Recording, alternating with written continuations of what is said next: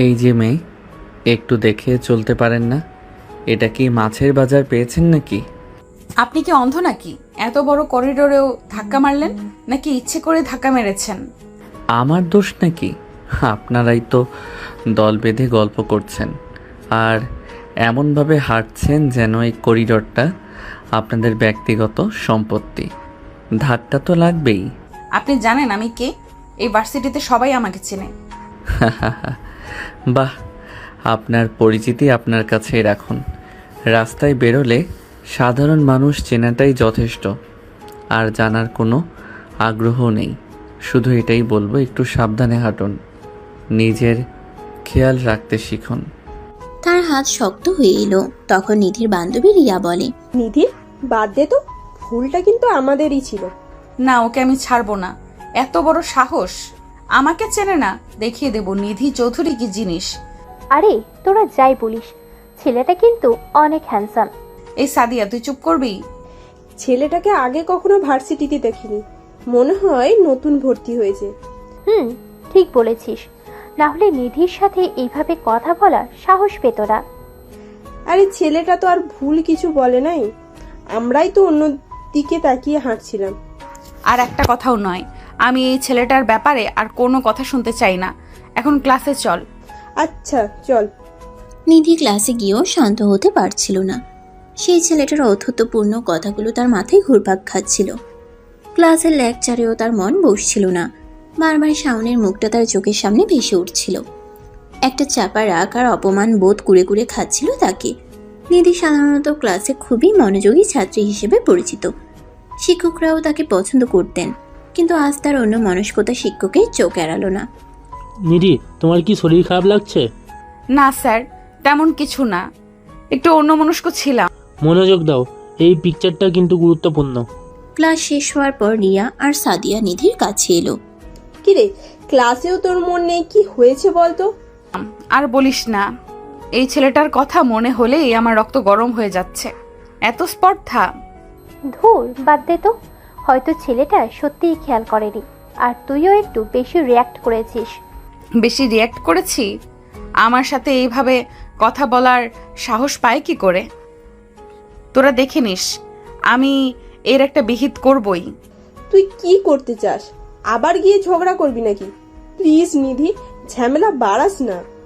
না, ঝগড়া নয়, আমি অন্যভাবে এর জবাব দেব। দেখিস কি হয়।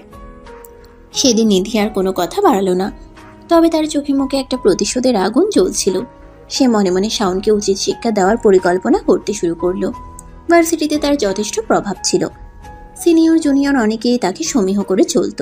সে পরিচিতি আর ক্ষমতাকে সে ব্যবহার করতে চাইল শাওনের বিরুদ্ধে। পরের কয়েকদিন নিধি শাওনের খোঁজ খবর নেওয়ার চেষ্টা করলো।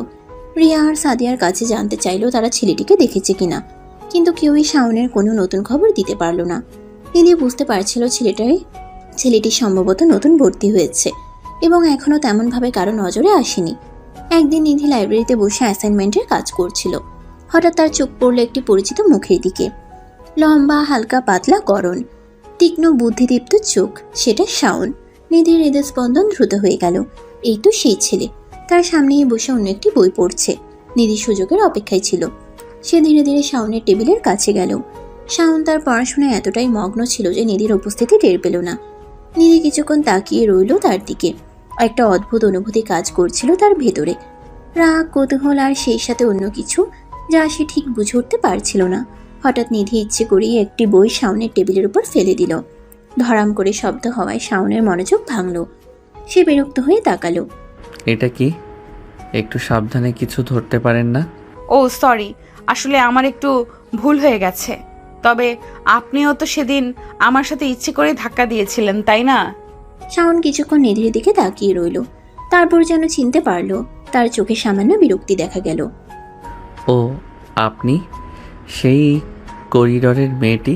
দেখুন, আমি সেদিনও বলেছি আমার কোনো ইচ্ছে ছিল না ধাক্কা দেওয়ার। ভিড়ের মধ্যে এমন হতেই পারে।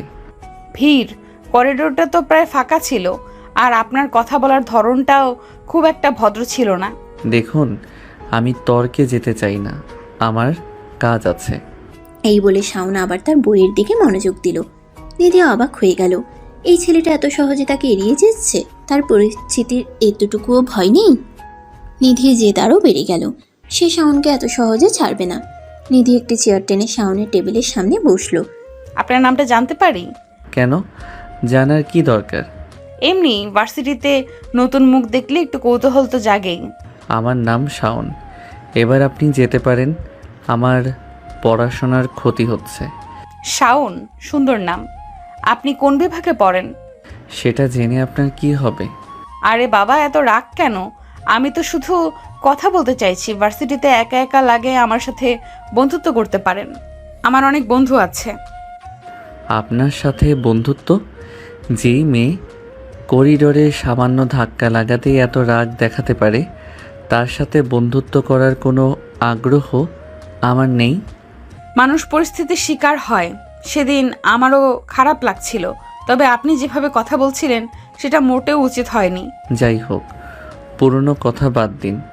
এখন আপনি জানতো, সত্যিই আমার কাজ আছে। নিধি বুঝলো সহজে এই ছেলের কাছ থেকে কিছু আদায় করা যাবে না, তবে সে হাল ছাড়ার পাত্রী নয়। শাওনের অদত্ত তাকে আরো বেশি করে তার দিকে আকৃষ্ট করছিল। অবশ্য সেটা ঠিক কী ধরনের আকর্ষণ তা নিধি নিজেও বুঝতে পারছিল না, তবে শাওনকে জব্দ করার একটা তীব্র আকাঙ্ক্ষা তার মনে জেগেছিল। নিধি চেয়ার ছেড়ে উঠে দাঁড়ালো।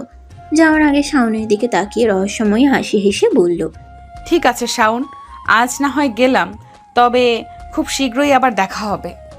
শাওন কোনো উত্তর দিল না, সে আবার তার বইয়ে ডুবে গেল। নিধি লাইব্রেরি থেকে বেরিয়ে এলো। তার মাথায় তখন নতুন এক পরিকল্পনা ঘুরপাক খাচ্ছে। শাওনের অদত্ত ভাঙতে হলে তাকে অন্য পথ ধরতে হবে, আর সেই পথটা কী হবে তা খুব শীঘ্রই সে ঠিক করে নেবে। কি রে নিধি, সত্যি করে বল তো, এতক্ষণ ধরে তুই আর ওই ছেলেটা লাইব্রেরিতে কি ফিস করছিলি? তোকে তো আগে কখনো কোনো ছেলের সাথে এভাবে হাসি মুখে কথা বলতে দেখিনি, বিশেষ করে সেই ছেলেটার সাথে যার সাথে তোর করিডোরে অমন একটা ঝগড়া হলো। আমরা তো ভেবেছিলাম তুই ওকে দেখলেই তেড়ে যাবি। আরে বাবা, তোরা যা ভাবছিস ব্যাপারটা ঠিক তেমন নয়। আসলে আমি আমি আমি তো শাওনের প্রেমে পড়ে গেছি। এই সায়নটা কে? সে যে নতুন ছেলেটা যার সাথে তোর সেদিনকে ধাক্কা লেগেছিল? বিশ্বাস হচ্ছে না। হ্যাঁ, ওই প্রথম দেখাতেই কেমন যেন একটা ভালো লাগা কাজ করছিল। আর আজ লাইব্রেরিতে ওর সাথে কথা বলার পরে মনে হলো আমার মনে যা এতদিন ধরে চাপা ছিল সেটাই যেন এতদিনে খুঁজে পেলাম। আল্লাহ, আমি কি সত্যি শুনছি? নিধি Chowdhury the ragi girl of varsity একটা ছেলের প্রেমে পড়েছে? এটা কি সত্যি? আমি কি স্বপ্ন দেখছি নাকি? তুই একটা ছেলের প্রেমে পড়লি? এটা তো অবিশ্বাস্য। কেন, আমি কি মানুষ না? আমার কি কারোর ভালো লাগতে পারে না? প্রেম তো কারোর জীবনে হঠাৎ করেই আসতে পারে, তাই না? অবশ্যই পারে, কিন্তু তোর ক্ষেত্রে ব্যাপারটা একটু অন্যরকম না। তুই তো কোনো ছেলেকেই পাত্তা দিস না। যারা সাহস করে তোকে প্রপোজ করার চেষ্টা করেছে তাদের কি হাল করেছিস সেটা তো আমরা ভালো করেই জানি।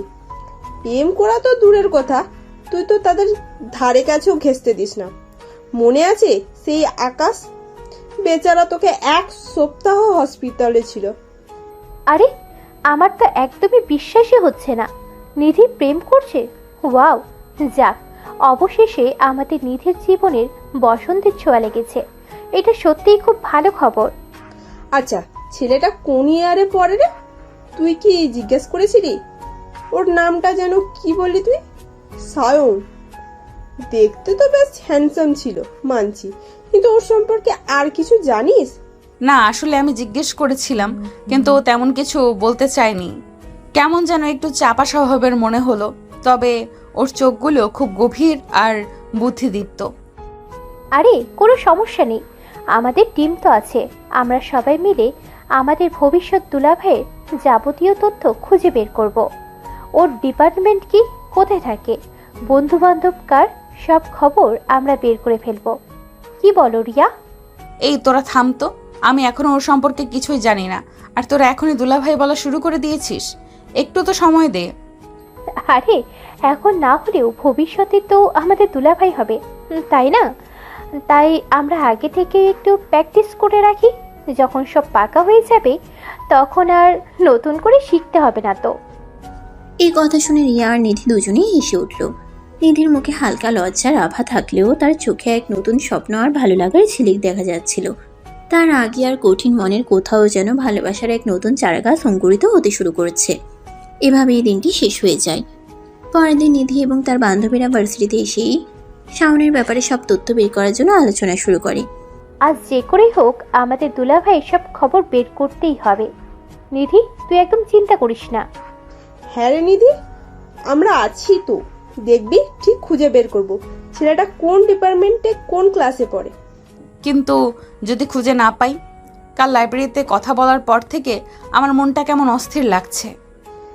আরে বাবা, এত চিন্তা করিস না তো, এত বড় ভার্সিটি, কোথাও না কোথাও তো নিশ্চয়ই আছে। চল আমরা ভাগ হয়ে খুঁজি।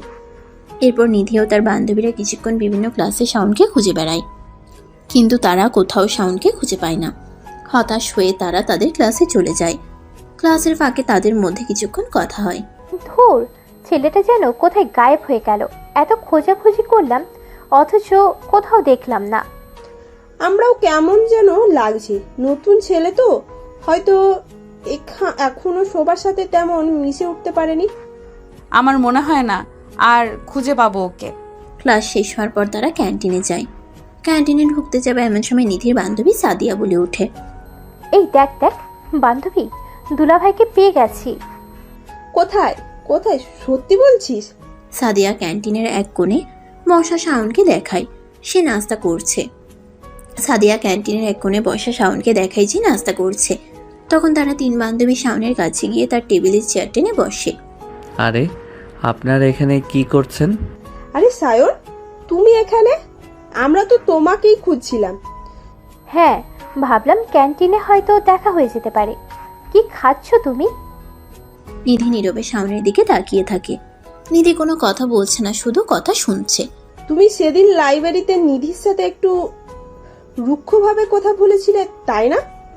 আসলে নিধি একটু ইমোশনাল তো, তাই হয়তো কষ্ট পেয়েছে। হ্যাঁ, তুমি প্লিজ কিছু মনে করো না। নিধি আসলে খুব ভালো মেয়ে।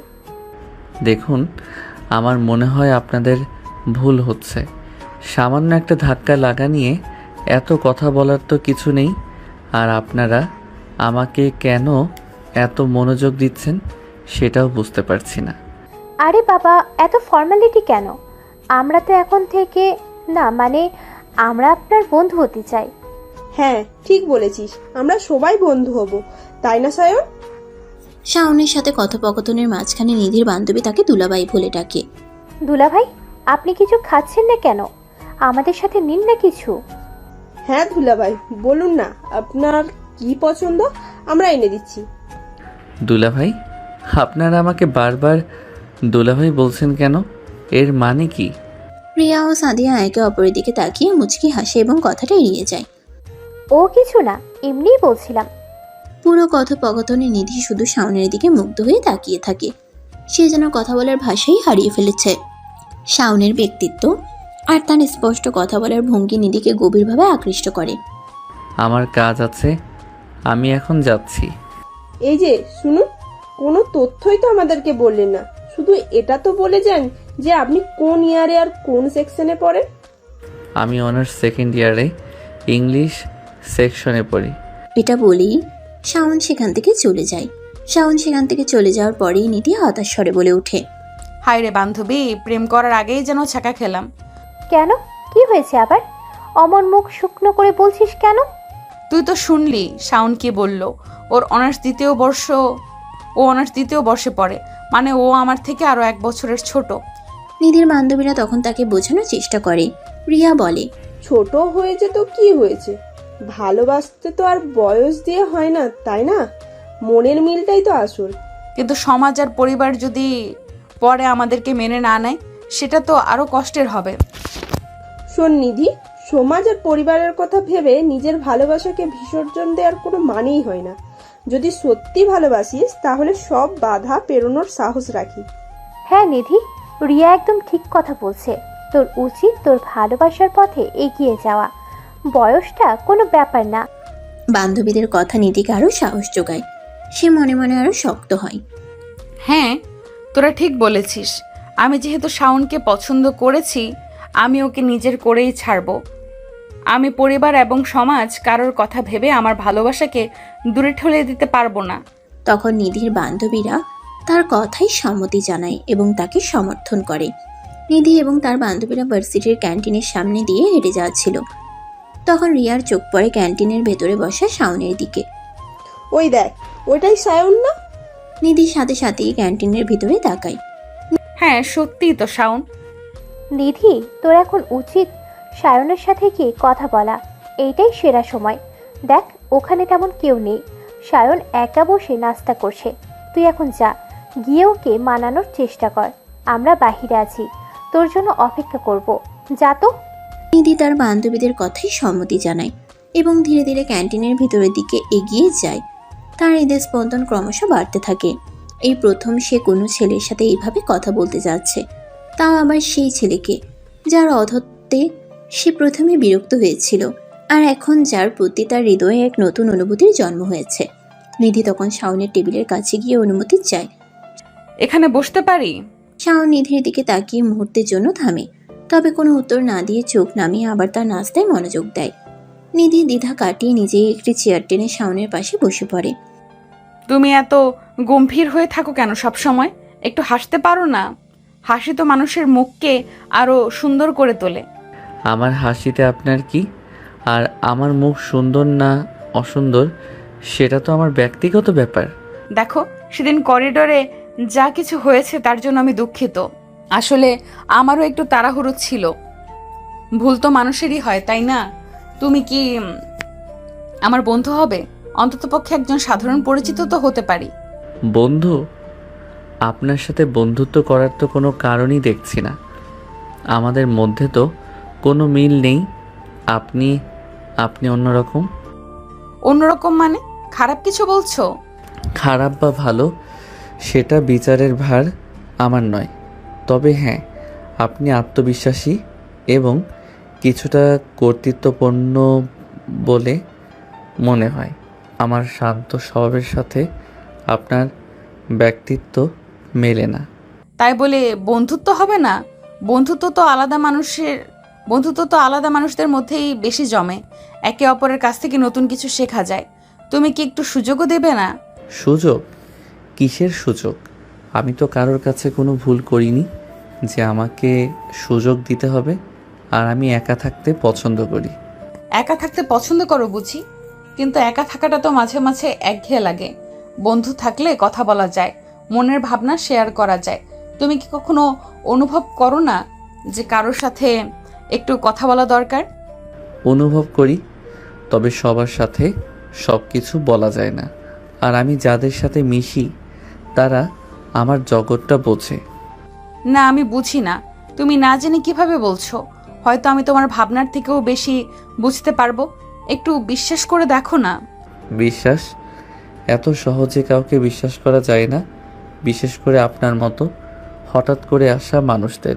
হঠাৎ করে আসা? ভার্সিটিতে তো আমরা একই সাথে পড়ি। পরিচয়টা হঠাৎ করেই হয়েছে, কিন্তু বন্ধুত্ব তো ধীরে ধীরে গড়ে তোলা। তুমি কি সত্যি এত কঠিন?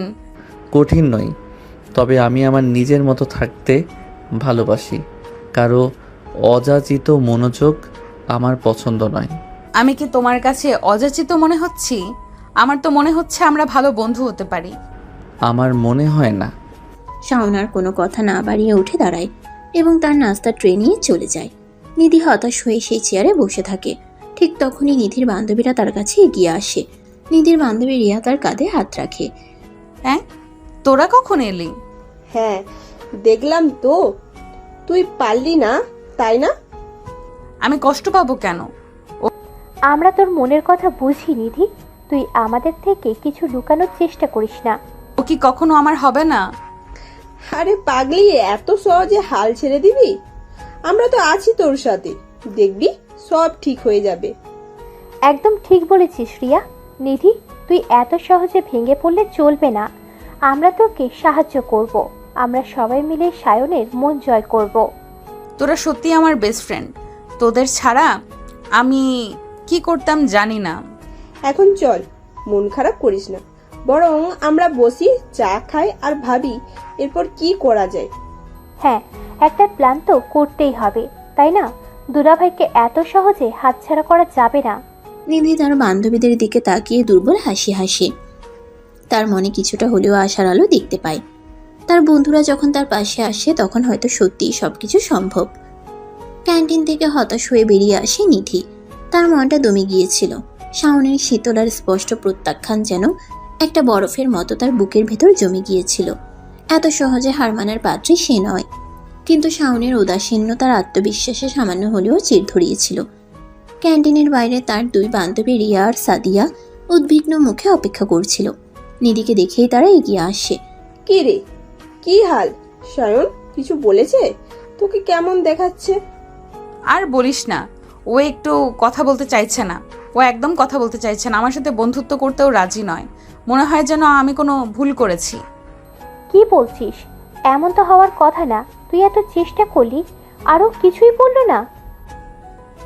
বলেছে তো, তবে যা বলেছে তাতে আমার মন আরো খারাপ হয়ে গেছে। ওনাকে একা থাকতে ভালোবাসে, আর আমার মনোযোগ ওর পছন্দ না। মনে হলো যেন আমি জোর করে ওর জীবনে ঢুকতে যাচ্ছি। রিয়া নিধির হাত ধরে তাকে সান্ত্বনা দেয়। ধুর পাগলি, তুই একদম ভেঙে পড়িস না। হয়তো ছেলেটা একটু অন্যরকম, সবার মন মতন তো আর একরকম হয় না, তাই না? তুই হাল ছাড়লে চলবে না, আমরা তো আছি তোর সাথে। একদম ঠিক বলেছিস রিয়া। নিধি, তুই এত সহজে দমে গেলে তো হবে না। আমরা তোকে চিনি, তুই যা চাস তা আদায় করে ছাড়িস। একটা ছেলের জন্য তুই এত সহজে ভেঙে পড়বি? এটা তো বিশ্বাসের যোগ্য নয়। না, আমি ভাঙবো না। আমি ওকে পছন্দ করি, এটা সত্য।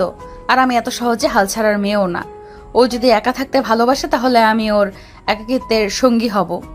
যদি আমার মনোযোগ ওর পছন্দ না হয় তাহলে আমি ধীরে ধীরে ওর অভ্যাসে পরিণত হব।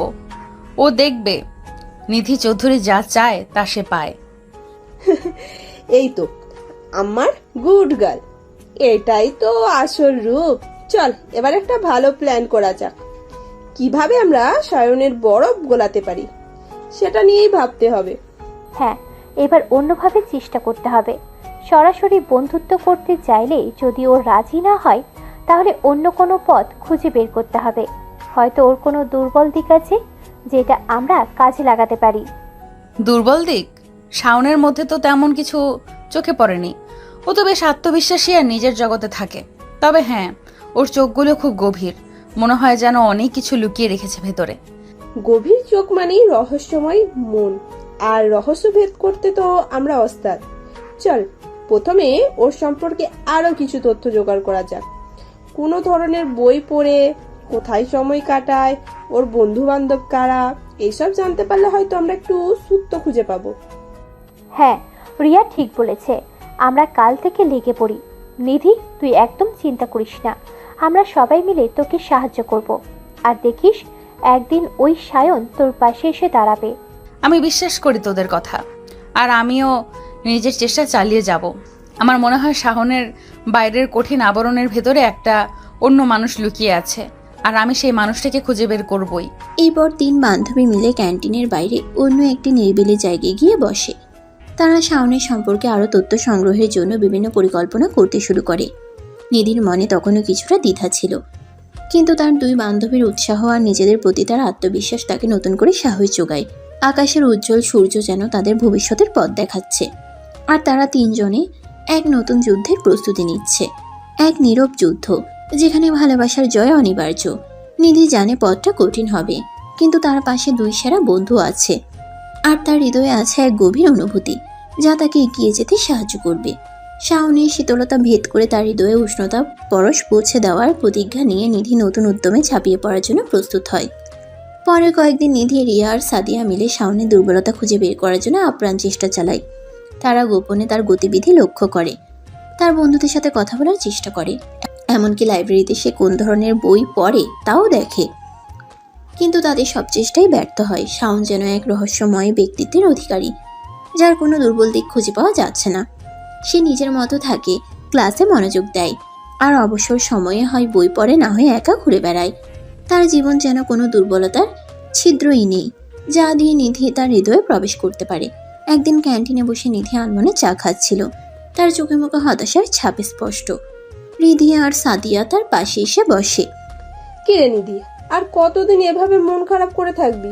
আমরা তো চেষ্টার কোনো ত্রুটি রাখিনি, কিন্তু ছেলেটার যে পাথরের মতন মন, এতটুকুও নরম হচ্ছে না। হ্যাঁ রে, আমরা ওর বন্ধুদের সাথে কথা বললাম, জানতে চাইলাম ওর কোনো পছন্দের জিনিস বা অপছন্দের কিছু আছে কিনা, কিন্তু কেউই তেমন কিছু বলতে পারলো না। মনে হয় যেন ও নিজের একটা দুর্ভেদ্য প্রাচীর তৈরি করে রেখেছে। আমার মনে হয় আমরা ভুল পথে হাঁটছি। এভাবে জোর করে কারো দুর্বলতা খুঁজে বের করে তাকে নিজের দিকে টানা, এটা ঠিক না। আমি আসলে এটা চাইও না। তাহলে তুই কি চাস? তুই না বললি ওকে নিজের করে পেতে চাস? হ্যাঁ, চেয়েছিলাম, কিন্তু এখন মনে হচ্ছে আমি চাই শাওন নিজের থেকে আমাকে পছন্দ করুক, আমাকে ভালোবাসুক। জোর করে কখনো ভালোবাসা হয় না, তাই না? আমি চাই ও আমার ভেতরের মানুষটাকে দেখুক, আমার ভালোবাসার গভীরতা অনুভব করুক। এইভাবে ওর দুর্বলতা খুঁজে ওকে বাধ্য করার চেষ্টা করাটা আমার কাছে কেমন যেন অন্যায় মনে হচ্ছে। তার মানে তুই হাল ছেড়ে দিচ্ছিস? রাগী গুন্ডা মেয়েটা যে একবার যা ঠান করে তা করেই ছাড়ে, সে আজ একটা ছেলের জন্য এত সহজে ভেঙে পড়ছে? এটা মানা যায় না। না, আমি হাল ছাড়িনি। আমার চাওয়ার ধরনটা পাল্টেছে। আমি এখন চাই শাওন আমাকে বুঝুক, আমার প্রতি আকৃষ্ট হোক স্বাভাবিকভাবে। আমি চাই আমাদের মধ্যে একটা সত্যিকারের ভালোবাসার সম্পর্ক গড়ে উঠুক, কোনো জোর জবরদস্তি নয়। কিন্তু সেটা কিভাবে হবে? ও তো তোর সাথে কথাই বলতে চায় না, তুই কাছে গেলে এড়িয়ে যায়। কিভাবে তুই ওর মন জয় করবি? আমি জানি না, তবে আমি চেষ্টা করব। আমি আমার ব্যবহার পাল্টাবো, ওর পছন্দের জিনিসের প্রতি আগ্রহ দেখাবো, ওর সাথে স্বাভাবিকভাবে কথা বলার চেষ্টা করব। হয়তো ধীরে ধীরে ও আমার ভেতরের মানুষটাকে দেখতে পাবে।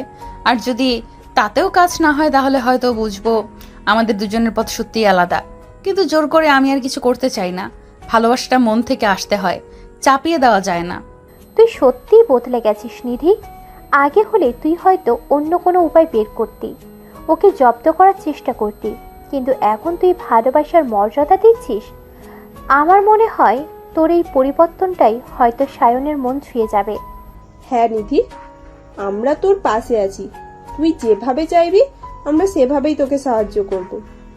হয়তো তোর এই সৎ উদ্দেশ্যই একদিন সায়নের হৃদয় জয় করবে। নিধি তার দুই বান্ধবীর দিকে তাকিয়ে একটা হালকা হাসি হাসে। তার মনে কিছুটা শান্তি ফিরে আসে। জোর করে কারো মন পাওয়া যায় না, এই সত্যটা সে অবশেষে উপলব্ধি করতে পেরেছে। এখন তার লক্ষ্য শাওনের হৃদয়ে ভালোবাসার বীজ বপন করা, ধৈর্য আর আন্তরিকতার জল দিয়ে সেই চারা গাছকে সযত্নে লালন করা। বাকিটা সময়ের হাতে ছেড়ে দেওয়া ছাড়া আর কোনো উপায় নেই। পরের দিন ভার্সিটিতে নিধি আর তার বান্ধবীরা মিলে একটি জুনিয়র ছেলেকে ধরে সামান্য র্যাগিং করছিল আর মজা করছিল। তবে ছেলেটা কিছুটা অপ্রস্তুত হয়ে পড়েছিল। ঠিক সেই সময় শাওন সেখান দিয়ে হেঁটে যাচ্ছিল। সে ছেলেটিকে র্যাগিং করতে দেখে এগিয়ে আসে। এই আপনারা কি করছেন? এটা কোনো ভদ্রতা? ভার্সিটিতে এসেছেন পড়াশোনা করতে, পড়াশোনায় মনোযোগ দিন। আর এসব র্যাগিংয়ের মতো কাজ বাদ দিন। জুনিয়রদের সাথে এমন ব্যবহার করা একদম উচিত না। শাওন এই কথাটি বলে ছেলেটির দিকে তাকিয়ে সহানুভূতি দেখায় এবং তাকে সাথে নিয়ে সেখান থেকে চলে যায়। নিধি ও তার বান্ধবীরা অবাক হয়ে শাওনের চলে যাওয়া পথের দিকে তাকিয়ে থাকে। দুলাভাই, এটা কি করলো? আমাদের এইভাবে বকা দিল? হ্যাঁ, আর ছেলেটাকেও সাথে করে নিয়ে গেলে। হায় হায়, এটা আমি কি করে ফেললাম? এমনিতেই ও আমার সাথে বন্ধুত্ব করতে চায় না, আর এখন যদি এই ঘটনার পরে শাওন আমার সাথে আরো খারাপ ব্যবহার করে। হ্যাঁ, তুই ঠিক বলেছিস। আমি তো এটা ভুলে গিয়েছিলাম যে সায়ন এইসব একদম পছন্দ করে না। হ্যাঁ, আমি ভাবিনি ব্যাপারটা এতটা সিরিয়াস হবে। এখন কি হবে? তারা তিনজনেই চিন্তায় পড়ে যায়। তাদের সামান্য মজা করার উদ্দেশ্য যে এমন একটা অপ্রত্যাশিত পরিণতির দিকে মোড় নেবে তা তারা স্বপ্নেও ভাবেনি। নিধির মনে আশঙ্কা দানা বাঁধতে শুরু করে। শাওনের চোখে তার প্রতি বিরক্তি আরো বাড়ল কিনা সেটাই এখন তার প্রধান চিন্তা। সেদিন নিধি আবার লাইব্রেরিতে শাওনের সাথে কথা বলার সাহস করে। সে ভেবেছিল সরাসরি ক্ষমা চেয়ে হয়তো বরফ গলানো যাবে, কিন্তু যখন নিধি শাওনের কাছে গিয়ে দাঁড়ায়, শাওন তাকে দেখে মুখ ফিরিয়ে অন্যদিকে চলে যায়। নিধি হতভম্ব হয়ে তার চলে যাওয়া পথের দিকে তাকিয়ে থাকে। কিছুক্ষণ পর মন খারাপ করে সে তার বান্ধবীদের কাছে ফিরে আসে। অন্যদিন অন্তত কিছুক্ষণ হলেও আমার সাথে কথা বলতো, কিন্তু আজকে তো একদম মুখ ফিরিয়ে চলে গেল। আমার আজকে সকালের কাজটা একদম ভালো হয়নি। কি হয়েছে রে? সায়ন কি খুব খারাপ ব্যবহার করেছে? খারাপ ব্যবহার করেনি ঠিক, তবে আমার সাথে কথাই বলতে চাইলো না। আমাকে দেখেই যেন এড়িয়ে গেল। ও মনে হয় সত্যিই আমার উপরে খুব রাগ করেছে। সকালবেলা জুনিয়র ছেলেটার সাথে যা করলাম সেটা ওর একদম পছন্দ হয়নি। হ্যাঁ, তুই ঠিকই বলেছিস। সায়নের মুখ দেখে মনে হচ্ছিল ও খুব বিরক্ত হচ্ছে। আমরা তো ভেবেছিলাম ও হয়তো ভুলে যাবে, কিন্তু মনে হচ্ছে ব্যাপারটা ও সিরিয়াসলি নিয়েছে। এখন কি করা যায় বলতো? আমি তো আর ওর কাছে মুখ দেখাতে পারছি না। কিভাবে আমি ওর রাগ কমাবো? আমার তো মনে হচ্ছে আমি ওকে আরো দূরে ঠেলে দিলাম। চিন্তা করিস না দোষ, আমরা একটা উপায় বের করব। সায়ন যতই রাগী হোক না কেন, ওরও তো একটা মন আছে। আমরা এমন কিছু করব যাতে ওর রাগ কমে যায়। হ্যাঁ, আমার মনে হয় তোর সরাসরি ওর কাছে গিয়ে ক্ষমা চাওয়া উচিত। নিজের ভুল স্বীকার করলে মানুষ সাধারণত নরম হয়। তুই ওকে বল যে তুই বুঝতে পারছিস তোর কাজটা ঠিক হয়নি এবং ভবিষ্যতেও এমন ভুল আর করবি না। কিন্তু আমার তো সাহস হচ্ছে না। ও যদি আবার মুখ ফিরিয়ে নেয়, আমি সেটা সহ্য করতে পারবো না। আরে বোকা মেয়ে, ভয় পেলে চলবে? তুই না সেই রাগী নিধি যে কারোর কাছে মাথা নত করে না? নিজের ভালোবাসার জন্য একটু সাহস তো দেখা। আমরা তো তোর সাথেই আছি। চল আবার লাইব্রেরিতে যাই। তুই সায়নের কাছে গিয়ে কথা বল, আমরা একটু দূরে দাঁড়িয়ে তোকে সাহস দেব। হ্যাঁ নিধি, এইটাই সঠিক সময়। যা, গিয়ে তোর মনের কথা বল, দেখবি সব ঠিক হয়ে যাবে। নিধি তার বান্ধবীদের দিকে তাকায়। তাদের চোখে মুখে ভরসা দেখতে পায়। একটা গভীর শ্বাস নিয়ে সে আবার শাওনের দিকে এগিয়ে যাওয়ার জন্য মনস্থির করে। তার মনে ভয় থাকলেও শাওনের প্রতি তার অনুভূতি তাকে সাহস যোগায়। এবার দেখা যাক নিধির আন্তরিক ক্ষমা শাওনের কঠিন মন গলাতে পারে কিনা। সাহস সঞ্চয় করে নিধি আবার শাওনের কাছে যায়। তার পা যেন মাটিতে মিশে যাচ্ছিল। হৃদয় স্পন্দন দ্রুত থেকে দ্রুততর হচ্ছিল। ভয়ে তার গলা শুকিয়ে কাঠ। তবুও সে নিজের ভিতরে দুর্বলতাকে দমন করে এগিয়ে যায়। এই যে শোনো, একটু দাঁড়াও। শাওন প্রথমে ভান করে যেন সে শুনতে পায়নি।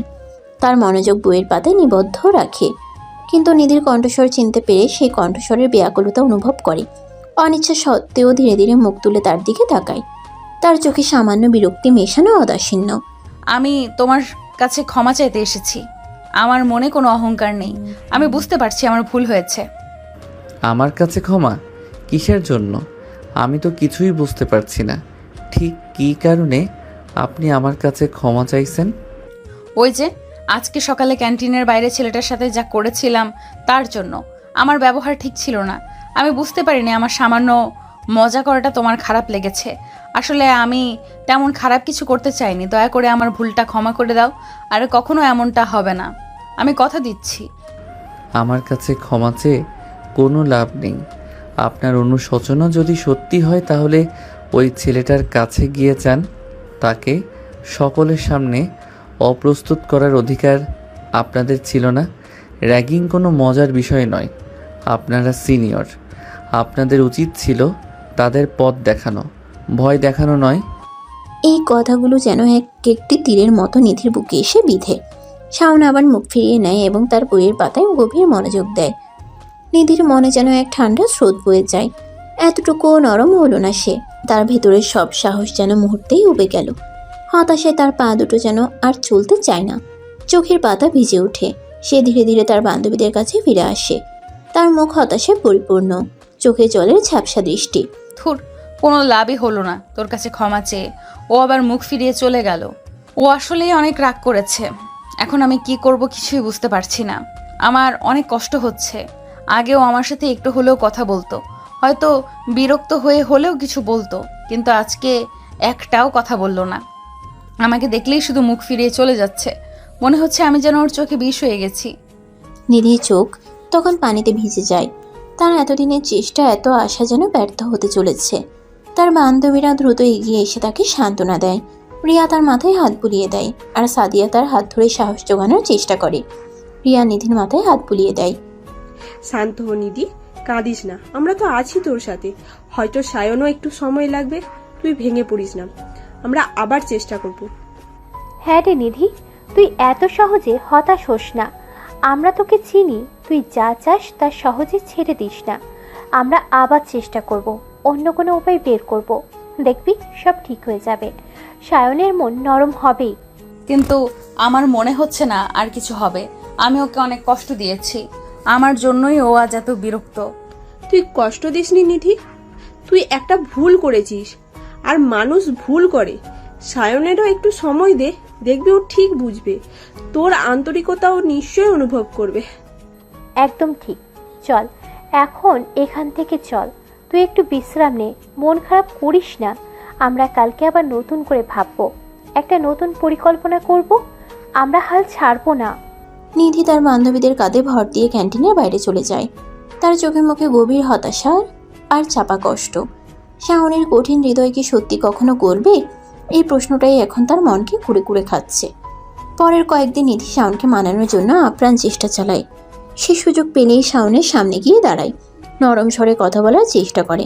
এমনকি তার পছন্দের বইয়ের লেখকের বিষয়েও দু একটা কথা বলার চেষ্টা করে, কিন্তু প্রতিবারই তার চেষ্টা ব্যর্থ হয়।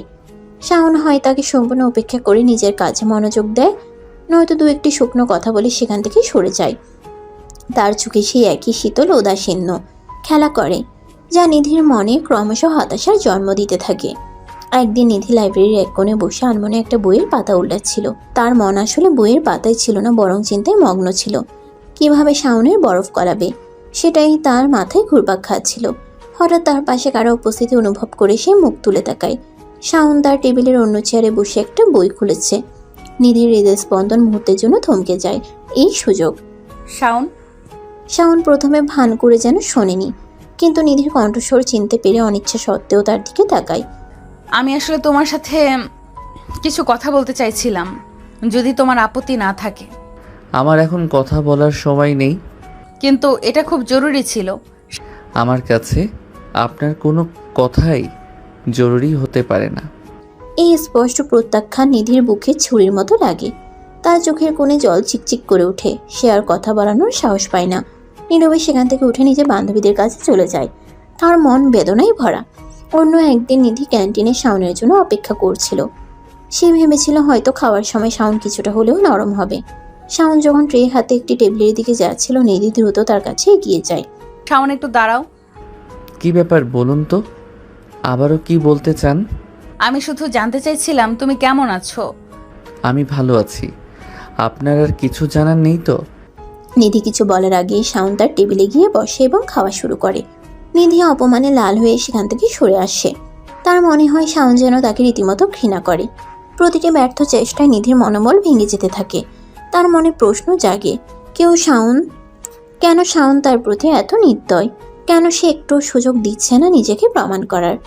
তার বান্ধবীরা তাকে সান্ত্বনা দেয়, নতুন নতুন উপায়ের কথা বলে, কিন্তু নিধির মনে ক্রমশ সন্দেহ দানা বাঁধতে থাকে। হয়তো সত্যি তাদের দুজনের পথ আলাদা, হয়তো শাওনের হৃদয়ে তার জন্য কোনো স্থান নেই। পরের দিন সকালে নিধি ভার্সিটিতে এসে দেখে শাওন আমতলায় বসে আছে। তখনও ভার্সিটির ক্যাম্পাসে তেমন ভিড় হয়নি। শুনশান নীরবতা বিরাজ করছে। নিধি সুযোগ বুঝে সাবধানে শাওনের দিকে এগিয়ে যায়। শাওন যখনই তাকে দেখতে পেয়ে উঠে চলে যেতে উদ্যত হয়, নিধি দ্রুত তার হাত ধরে ফেলে। রাগী স্বরে শাওনকে আবার আমতলায় বসায়। যদি এখন এখান থেকে উঠে চলে যাওয়ার চেষ্টা করো তাহলে খুব খারাপ হয়ে যাবে। নিধিকে অপ্রত্যাশিতভাবে রেগে যেতে দেখে শাওন কিছুটা শান্ত হয়ে বসে পড়ে। তার চোখে বিস্ময়। তুমি কেন বোঝো না? তোমার সাথে বন্ধুত্ব করার জন্য আমি কি করছি, কত চেষ্টা করছি আমি। কিন্তু আমি তো আপনার সাথে বন্ধুত্ব করতে চাই না। আমার মনে হয় না আমাদের মধ্যে বন্ধুত্বের মতো কিছু হতে পারে। কিন্তু কেন? এমন কি আছে আমার মধ্যে যে তুমি আমার সাথে বন্ধুত্ব করতে চাও না? কারণ আপনি আমার সিনিয়র। আমাদের মধ্যে একটা সম্মানজনক দূরত্ব থাকা উচিত। সিনিয়র হলে কি বন্ধুত্ব করা যায় না? এটা কেমন কথা? তুমি যদি চাও আমরা অবশ্যই ভালো বন্ধু হতে পারি। বয়সের পার্থক্য তো কোনো বন্ধুত্বের পথে বাধা নয়। তাছাড়া আপনি যেভাবে চলাফেরা করেন আর যেসব কাজ করেন সেগুলো আমার একদমই পছন্দ না। আপনার রাগী স্বভাব, জুনিয়রদের সাথে আপনার আচরণ, এগুলো আমার ভালো লাগে না। আর যে আমার অপছন্দের কাজ করে তার সাথে আমি কিভাবে বন্ধুত্ব করি আপনিই বলুন। এখন থেকে তুমি যেভাবে বলবে আমি সেভাবেই চলবো। আমি নিজেকে বদলাবো শুধু তোমার বন্ধু হওয়ার জন্য। প্লিজ আমার সাথে বন্ধুত্ব করো। আমি তোমাকে কথা দিচ্ছি, তুমি যা অপছন্দ করো আমি আর কখনো তা করব না। আপনি কি সত্যি বলছেন যে আমি যা বলবো আপনি তাই করবেন? নিজের স্বভাব এত সহজে পাল্টানো কি সম্ভব? একদম সত্যি বলছি, তুমি যা চাও আমি তাই করব, শুধু একবার সুযোগ দাও। আচ্ছা ঠিক আছে, তাহলে আমি আপনার সাথে বন্ধুত্ব করছি, তবে মনে রাখবেন আপনি আপনার দেওয়া কথা রাখবেন। তুমি কি সত্যি বলছো? হ্যাঁ সত্যি। নিধি তখন উত্তেজনার বশে শাওনকে জড়িয়ে ধরে। যখন সে বুঝতে পারে সে কি করেছে, তখন তৎক্ষণাৎ শাওনকে ছেড়ে দিয়ে মাথা নিচু করে সরি বলে। আসলে বেশি উত্তেজিত হয়ে গেছিলাম। সমস্যা নেই, বন্ধুদের মধ্যে তো এমন হতেই পারে। আমরা তো বন্ধু, তাহলে আজকে থেকে তুমি আমাকে আর আপনি বলে ডাকতে পারবে না, তুমি করে ডাকবে। আচ্ছা নিধি, তাহলে আমি গেলাম, আমার একটু লাইব্রেরিতে যেতে হবে। আর শোনো, আজকে ভার্সিটি ছুটির পরে ভার্সিটির বাইরের কফি শপে বসে অপেক্ষা করো, আমি আসব। আমাদের বন্ধুত্বটা সেলিব্রেট করা যাক। নিধি আনন্দে আত্মহারা হয়ে সম্মতি জানায়। শাওন যখন সেখান থেকে চলে যায়, তখন নিধির মনে আনন্দের ঢেউ লাগে। তার এতদিনের চেষ্টা অবশেষে সফল হয়েছে। আজ থেকে তাদের নতুন এক সম্পর্কের শুরু, বন্ধুত্বের সম্পর্ক। কফি শপে শাওনের জন্য অপেক্ষা করার চিন্তায় তার মন পুলকিত হতে থাকে। শাওন সেখান থেকে চলে যাওয়ার পর নিধি আমতলার বেঞ্চে বসে খুশিতে মুখ চাপা দিয়ে হাসতে থাকে। তার মন যেন প্রজাপতির মতো উড়ছে। ঠিক সেই সময় তার দুই বান্ধবী রিয়া আর সাদিয়া এসে তার সামনে দাঁড়ায়। আরে তোরা কখন এলি? আমি তো খেয়ালই করিনি। কি ব্যাপার রে, তোকে আজ এত খুশি খুশি লাগছে কেন? আর দেখলাম তো এতক্ষণ ধরে দুলাভাইয়ের সাথে খুব হেসে হেসে কথা বলছিলি।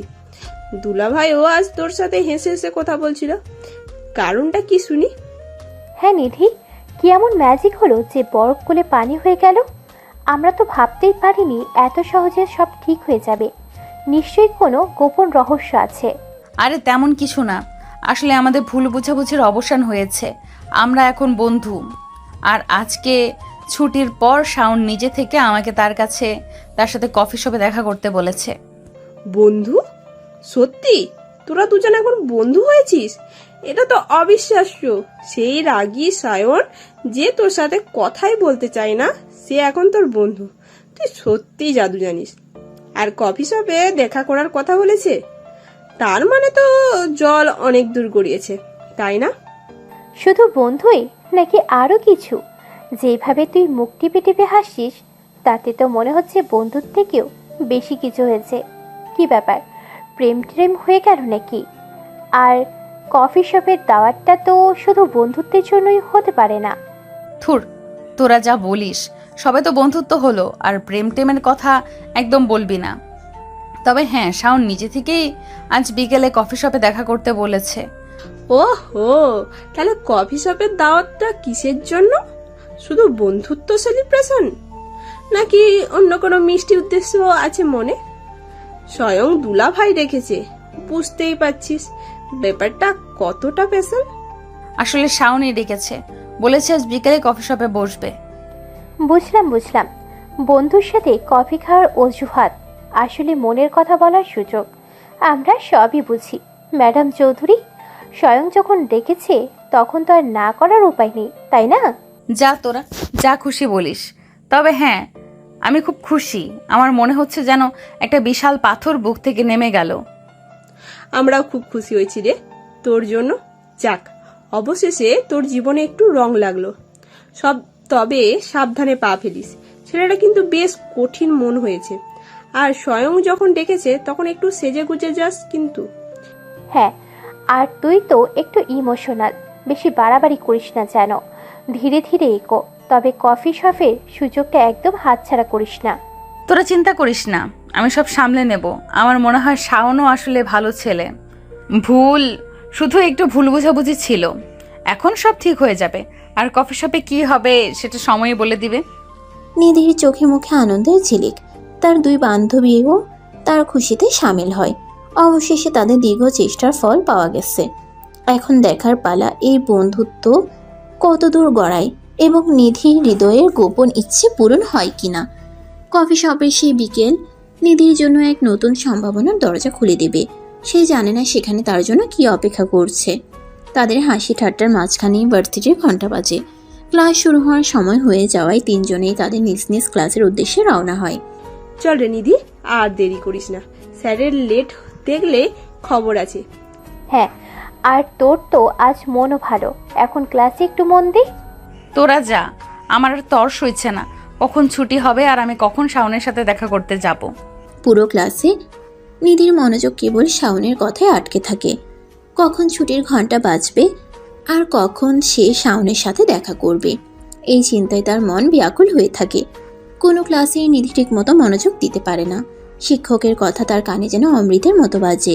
শুধু ছুটির ঘন্টা শোনার অপেক্ষায় তার মন উচাটন থাকে। ক্লাসের ফাঁকে তার দুই বান্ধবী তার এই অস্থিরতা লক্ষ্য করে। কি রে নিধি, কি ব্যাপার, এত ছটপট করছিস কেন? ক্লাসে একটু মন দে। আর বলিস না রিয়া, আমার একদম তর সইছে না কখন ক্লাস শেষ হবে আর আমি কখন শাওনের সাথে দেখা করতে যাব। মনে হচ্ছে সময় যেন আর কাটছেই না। বুঝলাম, প্রেমিকার মন। সবুর করো নিধি, সময় তো আর নিজের গতিতেই চলবে। আর হ্যাঁ, কফি শপে গিয়ে কি কথা বলবি সেটা কি ঠিক করেছিস? ঠিক করিনি এখনো, আসলে আমি বুঝতে পারছি না ও কি বলতে চায়, শুধু দেখা করতে বলেছে। যা বলবে মন খুলে বলবি। আর হ্যাঁ, আমাদের দুলাভাইকেও একটু বাজিয়ে দেখিস কিন্তু। তোরা থাম তো, শুধু দুলাভাই করিস, এখনো কিছুই বাঁকাবাকি না। আরে বাবা, ভবিষ্যতে তো হবেই, এখন থেকে প্র্যাকটিস করলে ক্ষতি কি? এরপর তিনজনই হেসে ওঠে। নিধির অস্থির মনটা যদিও ক্লাসে বুঝতে চাইছে না, তবুও বান্ধবীদের কথায় সে কিছুটা শান্ত হয়। তার মনের আকাশে এখন শুধু কফি শপের সেই বিশেষ মুহূর্তটির অপেক্ষা। অবশেষে মেয়েদের দীর্ঘ অপেক্ষার পালা শেষ হয়। ভার্সিটির ছুটির ঘন্টা বাজতেই নিধি একটা গভীর দীর্ঘশ্বাস ফেলে, যেন এতক্ষণ দম বন্ধ করে রেখেছিল। তার ঠোঁটের কোণে এক টুকরো লাজুক হাসি ফুটে ওঠে। রিয়া দুষ্টুমি করে নিধির পিঠে হালকা ধাক্কা দিয়ে বলে, এই যা, আর তর সইছে না না? মুখ দেখে তো মনে হচ্ছে এই মুহূর্তে উড়ে গিয়ে কফি শপে বসবি। হ্যাঁ রে নিধি, এত আনচান করছিস কেন? যা, দুলাভাই তোর জন্য অপেক্ষা করছে তো, আমাদের আর পাত্তা দিবি নাকি এখন থেকে? থুর, তোরা যা বলিস এমন কিছুই না, জাস্ট ভালো লাগছে আর কি। তারপর তিনজন ভার্সিটি থেকে বেরিয়ে আসে। ভার্সিটির গেটে নিধি তার বান্ধবীদেরকে বিদায় জানাচ্ছিল। তোরা তাহলে এখন যা, সাবধানে যাস, আর কালকে দেখা হবে। আচ্ছা যা। আর হ্যাঁ, কফি শপে গিয়ে কি কি কথা হলো কালকে কিন্তু ডিটেলস বলবি, একদম যেন কিছু লিখোয়াস না। আর আমাদের দুলাভাইয়ের মুড কেমন ছিল সেটাও জানাস। প্রেগনেন্সির রিপোর্ট চাই কিন্তু। আর হ্যাঁ, বেশি নার্ভাস হোস না, তুই শুধু নিধি চৌধুরী, মনে রাখিস। তোরা না একদম ঠিক আছে, কালকে সব বলবো। এখন যাই, দেরি হয়ে যাচ্ছে। নিধি তার বান্ধবীদেরকে বিদায় জানিয়ে কফি শপের উদ্দেশ্যে রওনা হয়। তার বুকের ভেতরে এক অজানা উত্তেজনা খেলা করছে। অবশেষে নিধি কফি শপে পৌঁছায়। দরজায় পা রাখতেই তার চোখ পড়ে এক কোণে বসে থাকা শাওনের দিকে। শান্ত অথচ গভীর দৃষ্টিতে তার দিকে তাকিয়ে আছে সে। নিধি, এতক্ষণে এলে? আমি ভাবছিলাম হয়তো আসবে না। একটু দেরি হয়ে গেল, সাদিয়া আর রিয়ার সাথে কথা বলছিলাম, তাই একটু লেট হয়েছে, সরি। সমস্যা নেই, বসো, আমি তোমার জন্য অপেক্ষা করছিলাম। ধন্যবাদ।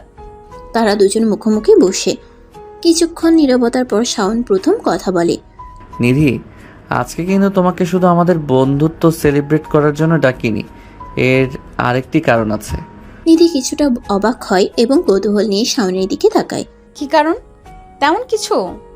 মনে আছে নিধি, তুমি বলেছিলে আমি যা বলবো তুমি তাই শুনবে? হ্যাঁ, খুব ভালো করে মনে আছে। কি বলতে চাও বলো, আমার কি করতে হবে? তুমি যা বলবে আমি তোমার সব শর্তে রাজি। আমার তেমন কোনো কঠিন শর্ত নেই, তোমাকে এখন থেকে রোজ বোরকা পরে ভার্সিটিতে আসতে হবে, কোনো ছেলেকে র্যাগিং করা যাবে না, আর ভার্সিটির সকলের সাথে ভালো ব্যবহার করতে হবে, জাস্ট এতটুকুই। শাওনের শর্ত মেনে নিধি কিছুক্ষণ চুপ থাকে, তারপর ধীরে ধীরে উত্তর দেয়, ঠিক আছে, তাহলে আমি কালকে থেকে ভার্সিটিতে বোরকা পরে আসব, আর তুমি যা যা বললে তোমার সব শর্ত মেনে নেব। কিন্তু তুমিও আমাকে একটা কথা দাও। কি কথা? তুমি আগের মতো কখনো আমার সাথে ওইরকম ব্যবহার করবে না তো, যখন দেখলে মুখ ফিরিয়ে চলে যেতে? শাওন হাসে। সেই হাসি আগের মতো শীতল নয়, বরং তাতে আন্তরিকতার ছোঁয়া আছে। কখনোই না, বন্ধুরা কি আর এমন করে? তাদের কথা শেষ হওয়ার মাঝখানে ওয়েটার একটি সুন্দর কেক এনে তাদের টেবিলে রাখে। নিধি অবাক হয়ে কেকের দিকে তাকায়। এটা কিসের জন্য? এত তাড়াতাড়ি ভুলে গেলে? তোমাকে না বলেছিলাম আজকে আমাদের বন্ধুত্ব সেলিব্রেশন করব? এই কেকটা আমাদের নতুন সম্পর্কের প্রতীক। নিধির চোখে মুখে আনন্দের ঝিলিক খেলে যায়। শাওনের এই অপ্রত্যাশিত গ্যাস্ট্রো তার হৃদয় ছুঁয়ে যায়। তাদের বন্ধুত্বের যাত্রা কেবল শুরু হলো, আর এই শুরুটা বেশ মিষ্টি এবং প্রতিশ্রুতিময়। তাদের সেলিব্রেশন শেষ হয়। কফি শেষ করে শাওন চেয়ার ছেড়ে উঠে দাঁড়ায়। নিধি চলো। চলো, কোথায় যাব? তোমাকে না বললাম কালকে থেকে ভার্সিটিতে বোরকা পরে আসতে হবে? হ্যাঁ বলেছিলে তো। তাহলে তোমার কি বোরকা আছে? না, নেই তো। তাই তো, তোমাকে নিয়ে এখন বোরকা কিনতে যাব। তুমি কি যাবে না? শাওনের অপ্রত্যাশিত প্রস্তাবে নিধির মুখে হাসি ফুটে ওঠে। অবশ্যই যাব, চলো। তারপর তারা একসাথে রওনা হয় শহরের এক বড় শপিং মলের উদ্দেশ্যে। তাদের বন্ধুত্বটা যেন এক নতুন রঙে সেজে উঠেছে, যেখানে একে অপরের প্রতি কেয়ার আর সম্মানের ছোঁয়া স্পষ্ট। বোরকা কেনাটা হয়তো একটা বাহানা, আসলে তারা একে অপরের সাথে আরো কিছুটা সময় কাটাতে চায়, নিজেদের নতুন সম্পর্কের উষ্ণতা অনুভব করতে চায়। নিধির মনে আনন্দের ঢেউ লাগে, আর শাওনের চোখেও এক ধরনের স্নিগ্ধতা দেখা যায়। তাদের পথ চলা কেবল শুরু, আর এই পথ কোথায় গিয়ে শেষ হবে তা হয়তো সময়ই বলে দেবে। তারা দুজন শপিং মলে পৌঁছায়। শাওন নিধিকে বিভিন্ন বোরকার দোকানে নিয়ে যায়। নিধি প্রথমে কিছুটা অস্বস্তি বোধ করলেও শাওনের আন্তরিক ব্যবহারে ধীরে ধীরে স্বাভাবিক হয়। শাওন আগ্রহ নিয়ে বিভিন্ন ডিজাইন ও রঙের বোরকা দেখাচ্ছিল, নিধিকে তার পছন্দের বোরকা বেছে নিতে সাহায্য করছিল। দেখো তো নিধি, এই কালো বোরকাটা কেমন লাগছে? এমব্রয়ডারির কাজটা বেশ সুন্দর। হ্যাঁ, দেখতে তো ভালোই, কিন্তু কালো রংটা আমার তেমন পছন্দ না। অন্য কোনো হালকা রং দেখলে ভালো লাগতো। ঠিক আছে, চলো ওই দোকানে যাই। ওখানে মনে হয় কিছু হালকা রঙের বোরকা আছে। তারা অন্য একটি দোকানে যায়। সেখানে শাওন একটি হালকা আকাশি রঙের বোরকা বের করে নিধিকে দেখায়। এই রঙটা দেখো, তোমার পরলে খুব মানাবে। হ্যাঁ, এটা তো বেশ সুন্দর, আর রংটাও আমার পছন্দের। তাহলে এটাই নাও। আর দেখো, এর সাথে ম্যাচিং করে একটা নেকাবও আছে। নিধি এবং শাওন মিলে তাদের পছন্দসই বোরকা ও নেকাব কেনে। কেনাকাটার সময় তারা একে অপরের সাথে বিভিন্ন বিষয়ে কথা বলে, হাসে। তাদের মধ্যে বন্ধুত্বের বন্ধন আরও দৃঢ় হয়। কেনাকাটা শেষে যখন তারা শপিং মল থেকে বের হয়, তখন সন্ধ্যা নেমে এসেছে। চলো নিধি, তোমাকে তোমার বাড়িতে পৌঁছে দেই। হ্যাঁ চলো, ভেতর। শাওন নিধিকে তার বাড়ির দিকে নিয়ে যায়। রাস্তায় তারা দিনের বিভিন্ন ঘটনা নিয়ে আলোচনা করে। নিধির মন আজ আনন্দে পরিপূর্ণ। শাওনের সাথে তার সম্পর্কের নতুন সূচনা হয়েছে, আর এই সম্পর্ক তার জীবনে এক নতুন আলো নিয়ে এসেছে। নিধির বাড়ির সামনে পৌঁছে শাওন থামে। ভেতরে আসবে না? আমার বান্ধবীরাও আছে, তোমার সাথে আলাপ করিয়ে দেব। আজ থাক নিধি, অন্য একদিন নিশ্চয়ই আসবো। আজ আমার কিছু কাজ আছে। ও ঠিক আছে, তাহলে কাল দেখা হবে ভার্সিটিতে। হ্যাঁ, কাল দেখা হবে। সাবধানে থেকো। তারা দুজন একে অপরের দিকে তাকিয়ে মৃদু হাসে। তারপর শাওন বিদায় নিয়ে নিজের পথে হাঁটা শুরু করে, আর নিধি তার বাড়ির গেটের দিকে এগিয়ে যায়। তাদের প্রথম বন্ধুত্বের দিনের সুন্দর স্মৃতি তাদের দুজনের মনেই গেঁথে থাকে। সেদিন রাতে ঘুমাতে যাওয়ার আগে নিধির মনটা এক অদ্ভুত ভালো লাগায় ভরেছিল। বিছানায় গায়ে লিয়ে দিলেও ঘুম যেন তার চোখের পাতায় আসতে চাইছিল না। বারবার তার মনে ভেসে উঠছিল শাওনের সাথে কাটানো আজকের মুহূর্তগুলো। কফি শপে তাদের প্রথম আন্তরিক কথোপকথন, শাওনের সেই মৃদু হাসি, আর বোরকা কেনার সময় তার আগ্রহ আর সাহায্য করার আন্তরিকতা। সবকিছু যেন এক মিষ্টি স্বপ্নের মতো তার মনের পর্দায় ভেসে বেড়াচ্ছিল। আকাশি রঙের বোরকাটা পাশে রাখা, নিধি আলতো করে সেটা ছুঁয়ে দেখে। এই বোরকাটা শুধু একটি পোশাক নয়, এটা যেন শাওনের সাথে তার বন্ধুত্বের প্রথম ট্যানজিবল নিদর্শন। কাল থেকে সে এটা পরে ভার্সিটিতে যাবে, ভাবতেই তার ঠোঁটের কোণে হাসি ফোটে। শাওনের আপনি থেকে তুমিতে আসাটা নিধির কাছে যেন একটা বিশাল পরিবর্তন। সেই কাঠিন্যের আবরণ ভেদ করে শাওনের ভেতরের বন্ধুসুলভ মানুষটাকে দেখতে পেয়ে তার মন কৃতজ্ঞতায় ভরে ওঠে। কফি শপে শাওনের শর্তগুলোও নিধি সানন্দে মেনে নিয়েছে। বোরকা পরা, শান্ত থাকা, এগুলো শাওনের অপছন্দ হলেও নিধির আপত্তি নেই, বরং শাওনের খুশির জন্য সে সব কিছু করতে রাজি। শপিং মলে শাওনের সাথে ঘোরাঘুরি করার সময় তাদের মধ্যে যে সহজ আর সাবলীল কথাবার্তা হয়েছিল তা নিধিকে বারবার রোমাঞ্চিত করছিল। মনে হচ্ছিল তারা যেন কতদিনের পরিচিত বন্ধু। শাওনের কেয়ারিং স্বভাব, তার পছন্দের প্রতি সম্মান সবকিছু নিধির মনে এক গভীর চাপ ফেলেছিল। শাওনের বাড়িতে না আসার সিদ্ধান্তের কথা মনে পড়লে প্রথমে একটু খারাপ লাগলেও পরক্ষণে নিধি ভাবে হয়তো সত্যিই তার কাজ ছিল।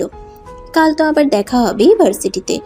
সেই মুহূর্তের অপেক্ষায় তার মন উচাটন হয়ে ওঠে।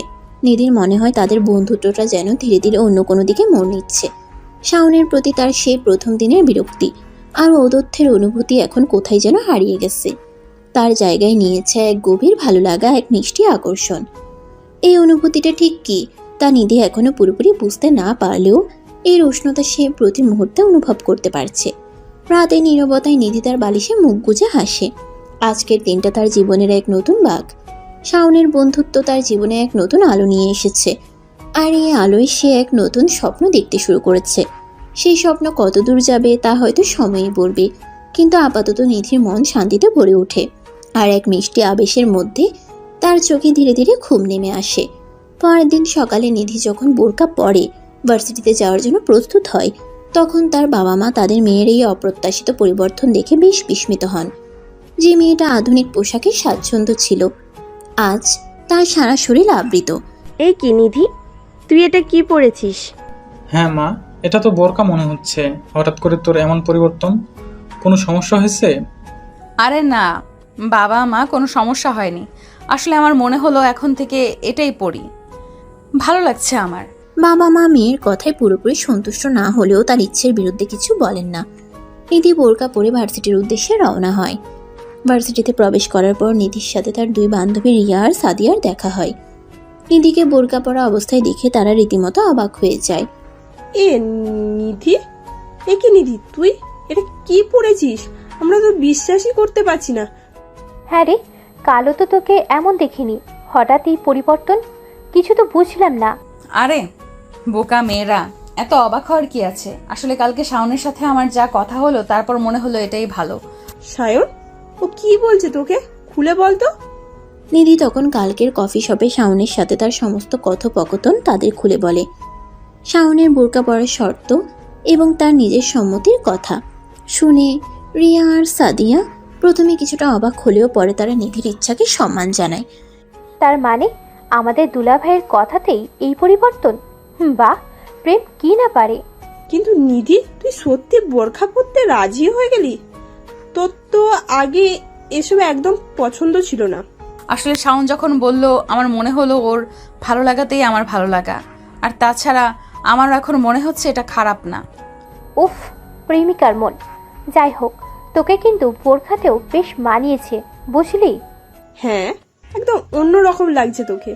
ঠিক সেই মুহূর্তে নিধি দেখতে পায় শাওন গেট দিয়ে ভার্সিটিতে প্রবেশ করছে। নিধি দ্রুত তার দিকে এগিয়ে যায়। নিধিকে এভাবে অর্থাৎ বোরকা পরা অবস্থায় দেখে শাওনের মুখে এক উজ্জ্বল হাসি ফুটে ওঠে। আমাকে কেমন দেখাচ্ছে? নিধির প্রশ্নের উত্তরে শাওনের চোখ তার দিকে মুগ্ধতায় ভরে ওঠে। তোমাকে অসাধারণ দেখাচ্ছে নিধি। বিশ্বাস করো, এই পোশাকে তোমার সৌন্দর্য আরও বেশি ফুটে উঠেছে। আমার খুব ভালো লাগছে। শাওনের প্রশংসায় নিধির মুখ লজ্জায় লাল হয়ে যায়। তার মনে হয় শাওনের কাছে তার এই পরিবর্তন সত্যিই মূল্যবান হয়েছে। এভাবেই বেশ কিছুদিন কেটে যায়। নিধি নিয়মিত বোরকা পরে ভার্সিটিতে আসে এবং ধীরে ধীরে তার মধ্যে এক শান্ত ও ভদ্র স্বভাবের পরিবর্তন দেখা যায়। শাওনের সাথে তার বন্ধুত্ব আরও গভীর হয়। তারা একসাথে ক্লাসে বসে, ক্যান্টিনে সময় কাটায় এবং লাইব্রেরিতে পড়াশোনা করে। শাওন ও নিধির প্রতি আগের সেই শীতলতা দেখায় না, বরং তার চোখে এক ধরনের মুগ্ধতা প্রায়ই ধরা পড়ে। একদিন ক্লাসের ফাঁকে নিধি তার দুই বান্ধবী রিয়া আর সাদিয়ার সাথে ক্যান্টিনে বসে চা খাচ্ছিল। তার মনে একটা অস্থিরতা কাজ করছিল। বন্ধুত্বের সম্পর্কটা তার কাছে যথেষ্ট মনে হচ্ছে না। শাওনের প্রতি তার অনুভূতি আরো গভীর। তোরা শোন, আমি একটা কথা ভাবছি। কি ব্যাপার নিধি, তোর মুখটা এমন শুকনো কেন? আবার কিছু হয়েছে? হ্যাঁ রে, সব ঠিক তো? আসলে আমি আর শাওনের সাথে শুধু বন্ধু হিসেবে থাকতে পারছি না। আমার মনে হয় ওর প্রতি আমার অন্যরকম অনুভূতি জন্ম নিয়েছে। মানে তুই কি সায়নকে ভালোবাসিস? হ্যাঁ, আমার মনে হয় তাই। প্রথম দিকে ওর ঔদ্ধত্যে বিরক্ত হলেও ধীরে ধীরে ওর সরলতা, ওর স্পষ্ট কথা বলার ভঙ্গি আর আমার জন্য ওর কেয়ারিং নেচার আমার মন জয় করে নিয়েছে। Wow, finally! তাহলে আর দেরি করছিস কেন? প্রপোজ করে দে। প্রপোজ? কিন্তু যদি ও রাজি না হয়, আমাদের বন্ধুত্বটাও তো ভেঙে যাবে। আরে বোকা মেয়ে, তুই তুই কি দেখিসনি সায়নের চোখে তোর জন্য অন্যরকম একটা টান আছে? যেভাবে ও তোর সাথে কথা বলে, যেভাবে তোর খেয়াল রাখে, সেটা তো শুধু বন্ধুত্বের মতো নয়। আমার তো মনে হয় ও তোকে পছন্দ করে। একদম ঠিক বলেছিস রিয়া। আর তুই যদি তোর মনের কথা ওনাকে না জানাস তাহলে তোর সারা জীবন একটা আফসোস থেকে যাবে। আমার মনে হয় তোর প্রপোজ করা উচিত। কিন্তু কিভাবে প্রপোজ করব? আমার তো এসবের কোনো অভিজ্ঞতা নেই। চিন্তা করিস না, আমরা আছি তো। আমরা তোকে একটা দারুণ প্রপোজাল প্ল্যান করে দেবো। তুই শুধু আমাদের কথা মতো কাজ করবি। হ্যাঁ, একটা রোমান্টিক সারপ্রাইজ দেব আমরা সায়নকে। ও তো একদম ফিদা হয়ে যাবে। কি বলিস নিধি, রাজি? তোরা যখন আছিস আমার সাথে তখন ভয় কিসের? ঠিক আছে, তাহলে তোরাই আমার প্রপোজালের প্ল্যান করে দে। নিধি তার বান্ধবীর দিকে তাকিয়ে আশার আলো দেখতে পায়। তার মনে সাহস ফিরে আসে। শাওনের প্রতি তার ভালোবাসার কথা জানানোর জন্য সে এখন প্রস্তুত। তার বান্ধবীরা যখন তার পাশে আছে তখন সবকিছু সম্ভব বলে মনে হয়। এখন দেখার পালা তাদের তৈরি করা প্রপোজাল প্ল্যান শাওনের হৃদয় ছুঁতে পারে কিনা। সেদিন রাতে নিধির চোখে ঘুম আসতে চায় না। তার মনের আনাচে কানাচে শুধু শাওনের মুখ আর তাদের আগামীকালের ঘুরতে যাওয়ার পরিকল্পনা। প্রথমে একটু দ্বিধা লাগলেও শাওনের আন্তরিক আগ্রহে সে রাজি হয়েছে। এই প্রথম তারা বন্ধুত্বের বাইরে কোথাও একা সময় কাটাবে। এই ভাবনাতেই তার শরীরে এক মিষ্টি শিহরণ বয়ে যাচ্ছে। কখন সকাল হবে, কখন সে শাওনের সাথে দেখা করবে, এই উত্তেজনায় তার রাত কাটে বিনিদ্র। পরের দিন সকালে নিধি যখন আয়নার সামনে দাঁড়িয়ে নিজেকে শেষবারের মতো দেখছিল তখনই তার ফোন বেজে ওঠে। স্ক্রিনে শাওনের নাম দেখে তার হৃদস্পন্দন বেড়ে যায়। হ্যালো নিধি, রেডি তো? আজকে আমরা কোথায় দেখা করছি মনে আছে? হ্যাঁ শাওন, মনে আছে। রূপসাগর পার্ক। তুমি কখন আসবে? আমি তো প্রায় পৌঁছে গেছি। তুমি কখন বের হচ্ছ? আমি আর কিছুক্ষণের মধ্যেই বের হব। তাহলে গেটে দেখা হচ্ছে। হ্যাঁ, গেটে অপেক্ষা করব। তারা দুজনে কল কেটে দেয়। নিধির মনে একটা উত্তেজনা। আজ যেন সবকিছু একটু অন্যরকম। কিছুক্ষণের মধ্যেই নিধি রূপসাগর পার্কের গেটে এসে পৌঁছায়। গেটের বাইরে দাঁড়িয়ে শাওন অপলক দৃষ্টিতে তার দিকে তাকিয়েছিল। নিধির পরনে সাধারণ পোশাক, তবে তার চোখে মুখে আছে এক অন্যরকম উজ্জ্বলতা। শাওনের মুগ্ধ দৃষ্টি দেখে নিধির ঘোর ভাঙে। কি ব্যাপার, এভাবে কি দেখছো? আজকে তোমাকে অন্য দিনের চেয়েও অনেক সুন্দর লাগছে। শাওনের অকপট প্রশংসায় নিধির গাল দুটো লজ্জায় লাল হয়ে ওঠে। ধন্যবাদ, চলো ভেতরে যাই। হ্যাঁ চলো। তারা দুজন একসাথে রূপসাগর পার্কের সবুজ চত্বরে প্রবেশ করে। চারপাশের মনোরম প্রকৃতি আর তাদের নীরব সান্নিধ্য এক নতুন রূপ সম্পর্কের ইঙ্গিত দেয়। নিধির মনে ক্ষীণ আশা জাগে, হয়তো আজকের দিনটি তাদের বন্ধুত্বের সীমানা পেরিয়ে অন্য কোনো নতুন দিগন্তে পাড়ি দেবে। পার্কে কিছুক্ষণ সময় কাটানোর পর নিধি শাওনকে নিয়ে ধীরে ধীরে পার্কের এক নির্জন কোণে যায়, যেখানে সবুজ ঘাসের গালিচা আর রঙিন ফুলের বাগান এক মনোরম পরিবেশ সৃষ্টি করেছে। এদিকে কেন আসলে নিধি? এখানে তো তেমন কেউ নেই। নিধি শাওনের দিকে গভীর মমতায় তাকায়। তার চোখে আজ আর সেই রাগী বা জেদি ভাব নেই। সেখানে শুধুই ভালোবাসা আর প্রত্যাশার আলো ঝলমল করছে। ধীরে ধীরে কিছুটা নার্ভাস ভঙ্গিতে নিধি হাঁটু গেড়ে বসে। শাওন তার অপ্রত্যাশিত কাণ্ড দেখে অবাক হয়। শাওন, তুমি আমার জীবনে এক নতুন আলো নিয়ে এসেছো। প্রথম যেদিন তোমার সাথে আমার দেখা হয়েছিল তখন ভাবিনি আমাদের সম্পর্কটা এত দূর গড়াবে। তোমার স্পষ্ট কথা, তোমার সরলতা আর আমার প্রতি তোমার যে বন্ধুত্বের হাত বাড়িয়ে দিয়েছো, সব কিছু আমার মন ছুঁয়ে গেছে। শুধু বন্ধু হিসেবে নয়, আমি তোমাকে আমার জীবনসঙ্গী হিসেবে চাই। তুমি কি আমার হবে? শাওন নিধির প্রস্তাবনায় প্রথমে কিছুটা হতবাক হয়ে যায়। তার চোখে বিস্ময় আর আনন্দের মিশ্রণ দেখা যায়। সে কখনো ভাবেনি নিধি, সেই রাগী গুন্ডি মেয়েটি, এভাবে তার কাছে ভালোবাসার প্রস্তাব দেবে। কিছুক্ষণ নীরব থেকে শাওন ধীরে ধীরে নিধির দিকে এগিয়ে আসে এবং তাকে আলতো করে ধরে তোলে। নিধি, তুমি জানো না তোমার এই প্রস্তাব আমার কাছে কতটা অপ্রত্যাশিত আর আনন্দের। আমিও তোমাকে শুধু বন্ধু হিসেবে দেখিনি কখনো। তোমার ভেতরের সেই সরল সুন্দর মনটা কবে যে আমার হৃদয় জয় করে নিয়েছে তা আমি নিজেও জানি না। হ্যাঁ নিধি, আমি তোমার প্রস্তাবে রাজি। আমি তোমার হতে চাই। শাওনের স্বীকৃতিতে নিধির চোখ অশ্রু সজল হয়ে ওঠে।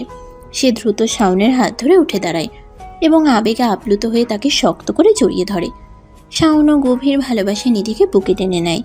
চারপাশের মনোরম প্রকৃতি যেন তাদের ভালোবাসার এই পবিত্র মুহূর্তের সাক্ষী থাকে। তাদের আলিঙ্গনে মিশে থাকে দীর্ঘ প্রতীক্ষা। নীরব ভালোবাসা আর এক নতুন সম্পর্কের উষ্ণতা। পার্কের নীরবতা ভেঙে শুধু তাদের হৃদস্পন্দনের আওয়াজ শোনা যায়, যা তাদের গভীর ভালোবাসার জানান দেয়। এই রোমান্টিক মুহূর্ত যেন তাদের জীবনের এক নতুন অধ্যায়ের সূচনা করে। তাদের আলিঙ্গন ভাঙে এক স্নিগ্ধ বাতাসে, যা পার্কের ফুলের সুবাস বয়ে আনছিল। নিধি আলতো করে শাওনের মুখের দিকে তাকায়, তার চোখে কৃতজ্ঞতা আর অফুরন্ত ভালোবাসা। শাওনও গভীর মায়ায় নিধির ভেজা চোখের দিকে তাকিয়ে থাকে। কাঁদছো কেন? এটা তো খুশির মুহূর্ত। হ্যাঁ, খুশির কান্না। আমি বিশ্বাস করতে পারছি না তুমি সত্যিই আমার হয়েছো। আমিও বিশ্বাস করতে পারছি না এত সহজে আমার জীবনের সবচেয়ে সুন্দর স্বপ্নটা সত্যি হয়ে গেল। তারা একে অপরের হাত ধরে পার্কের সবুজ ঘাসের উপর দিয়ে হেঁটে বেড়ায়। নীরবতা ভেঙে মাঝে মাঝে শুধু পাখির কলতান আর তাদের মৃদু ফিসফিসানি শোনা যায়। তাদের চোখে মুখে এক নতুন আভা, হৃদয়ে এক নতুন স্পন্দন। এক জায়গায় তারা একটি পুরনো গাছের নিচে বসে। শাওন নিধির হাত ধরে নিজের বুকের কাছে টেনে নেয়। নিধি আলতো করে শাওনের কাঁধে মাথা রাখে। আমার মনে হচ্ছে যেন আমি কোনো স্বপ্ন দেখছি। এটা স্বপ্ন নয় নিধি, এটা সত্যি। শাওন নিধির চুলে হাত বুলিয়ে দেয়। তারা কিছুক্ষণ নীরব থাকে, একে অপরের উষ্ণতা অনুভব করে। শাওন ধীরে ধীরে নিধির মুখটি তার দিকে ফেরায়। তাদের চোখাচোখি হয়, আর সেই দৃষ্টিতে মিশে থাকে গভীর ভালোবাসা আর অসীম প্রতিশ্রুতি। আমাদের ভালোবাসা সত্যি। তুমি জানো, প্রথম যেদিন তোমাকে বোরকা পরে ভার্সিটিতে আসতে দেখেছিলাম, সেদিন আমার মনে এক অদ্ভুত শান্তি অনুভব করেছিলাম। মনে হয়েছিল আমার দেখা সেই রাগী মেয়েটার ভেতরের সুন্দর মানুষটা যেন আজ বাইরে এসেছে। আর আমার মনে হচ্ছিল তোমার সব শর্ত মেনে নিয়ে আমি হয়তো ভুল করিনি। তুমি কখনো ভুল করনি নিধি। তোমার এই পরিবর্তন আমার মন জয় করে নিয়েছে আরও বেশি করে। শাওন নিধির হাত আরো শক্ত করে ধরে তারা একে অপরের দিকে ঝুঁকে আসে। তাদের ঠোঁট একে অপরের সাথে মিশে এক গভীর ভালোবাসার স্পর্শে। চারপাশের প্রকৃতি যেন তাদের এই প্রথম প্রেমের স্পর্শকে আরো মধুময় করে তোলে। সময় যেন থমকে দাঁড়ায়। শুধু তাদের ভালোবাসার উষ্ণ শ্বাস আর হৃদস্পন্দনের শব্দ শোনা যায়। কিছুক্ষণ পর তারা একে অপরের থেকে সরে আসে। দুজনের মুখেই লাজুক হাসি। চলো এবার বাড়ি ফেরা যাক, অনেক দেরি হয়ে গেছে। চলো, কিন্তু কাল থেকে আমাদের সম্পর্কের নতুন নাম হবে, তাই না? শুধু বন্ধু নয়। হ্যাঁ, শুধু বন্ধু নয়, তার থেকেও অনেক বেশি কিছু। তারা হাত ধরে পার্ক থেকে বেরিয়ে আসে। তাদের মনে আছে এক নতুন জগৎ, যেখানে শুধু ভালোবাসা আর স্বপ্ন বোনা। তাদের প্রেম জীবনের এই রোমান্টিক মুহূর্তগুলো তাদের হৃদয়ে চিরস্থায়ী হয়ে থাকবে। একদিন গভীর রাতে শাওনের ফোন নিধির নীরব ঘুম ভেঙে দেয়। হ্যালো জান, কি করো? এই তো জান, এখন ঘুমাবো। তুমি কি করো? এত রাতে ফোন করেছো? আমিও ঘুমাবো ভাবছি, কিন্তু কিন্তু কি, কোনো সমস্যা হয়েছে? অনেক ইচ্ছে করে তোমাকে জড়িয়ে ধরে ঘুমাতে, তোমাকে আদর করতে। তোমাকে খুব মিস করছি নিধি। তাহলে আর দেরি কেন? আমাকে বিয়ে করে নাও, তখন তোমার ইচ্ছের পূর্ণতা পাবে, সব সময় আমার পাশে থাকতে পারবে। কিন্তু তোমার বাবা মা কি রাজি হবেন? তারা তো তোমাকে অনেক ভালোবাসেন। আমার মনে হয় না তারা এত তাড়াতাড়ি তোমাকে আমার হাতে তুলে দেবেন। আমি বললে আর তাদের যদি তোমাকে পছন্দ হয় তাহলে অবশ্যই রাজি হবেন। তুমি ভেবো না, আমার বিশ্বাস আছে তাদের উপর। সত্যি বলছো তুমি? তোমার মনে কোনো দ্বিধা নেই তো? একদম না, আমি তোমাকে ভালোবাসি এবং আমি চাই আমরা খুব তাড়াতাড়ি একসাথে জীবন শুরু করি। তাহলে রেডি থেকো, কালকে আমি আর আমার পরিবার তোমার বাড়িতে আসবো তোমার বাবা মায়ের সাথে কথা বলতে। সত্যি বলছো তুমি? এই তো আমার সোনা বর, আমি কালকের জন্য অপেক্ষা করব। হ্যাঁ রে আমার পাগলি, রেডি থেকো, এখন ঘুমিয়ে পড়ো, কাল অনেক কথা হবে। ঠিক আছে যান, শুভরাত্রি, ভালোবাসি। শুভরাত্রি। আমার ভালোবাসা আমিও ভালোবাসি। ফোন কাটার পর নিধির চোখে ঘুম আর আসে না। তার মন আনন্দে ভরে ওঠে। এত তাড়াতাড়ি তাদের ভালোবাসার পরিণতি পাবে তা সে স্বপ্নেও ভাবেনি। কালকের দিনটির জন্য সে অধীর আগ্রহে অপেক্ষা করতে থাকে। শাওনের পরিবারকে তার বাবা মায়ের সাথে পরিচয় করানোর ভাবনাতেই তার মুখ লজ্জায় রাঙা হয়ে যায়। তার মনে একটাই আশা, শাওনকে যেন তার বাবা মা পছন্দ করেন এবং তাদের ভালোবাসার পথে আর কোনো বাধা না থাকে। পরের দিন সকালে শাওন তার বাবা মায়ের কাছে গিয়ে নিধির সাথে তার গভীর ভালোবাসার কথা খুলে বলে। সে নিধির ব্যক্তিত্ব, তার ভেতরের সরলতা এবং তাদের দুজনের ভবিষ্যতের স্বপ্নের কথা জানায়। শাওনের বাবা মা তাদের ছেলের মুখে এত গভীর আবেগ দেখে মুগ্ধ হন। তারা শাওনের পছন্দকে সম্মান জানান এবং সানন্দে তাদের সম্মতি দেন। তাদের একটাই চাওয়া, তাদের ছেলে যেন সুখী হয়। বাবা, আমরা তোমার পছন্দকে সম্মান করি। যদি তুমি মেয়েটিকে ভালোবেসে থাকো তাহলে আমাদের কোনো আপত্তি নেই। আমরা কালই নিধিদের বাড়িতে যাব। হ্যাঁ বাবা, আমরাও মেয়েটিকে দেখতে চাই। যদি সে আমাদের পরিবারের যোগ্য হয় তাহলে আমাদের কোনো দ্বিমত থাকবে না। ধন্যবাদ বাবা মা, তোমরা আমার জীবনের সবচেয়ে বড় সাপোর্ট। শাওন তার বাবা মায়ের সম্মতিতে যার পরনাই খুশি হয়। এরপর তারা সবাই মিলে নিধিদের বাড়ির উদ্দেশ্যে রওনা হয়। নিধি তাদের আসার খবর আগেই তার বাবা মাকে জানিয়েছিল। প্রথমে কিছুটা অবাক হলেও মেয়ের মুখে শাওনের প্রতি গভীর ভালোবাসা দেখে তারাও শাওনের পরিবারের জন্য অপেক্ষা করতে থাকেন। যখন শাওন তার বাবা মাকে নিয়ে নিধিদের বাড়িতে এসে পৌঁছায় তখন নিধির বাবা এগিয়ে এসে তাদের আন্তরিকভাবে অভ্যর্থনা জানান। আসুন আসুন, আপনারা কষ্ট করে এসেছেন, বসুন। ধন্যবাদ ভাই সাহেব। আপনার মেয়ের মুখে শাওনের কথা শুনেই আমরা আর দেরি করতে পারলাম না। আসলে ছেলে আমাদের নিধির ব্যাপারে খুবই সিরিয়াস। হ্যাঁ, নিধিও আমাদের শাওনের কথা অনেক বলেছে। আমরাও আজ আপনাদের সাথে কথা বলার জন্য অপেক্ষা করছিলাম।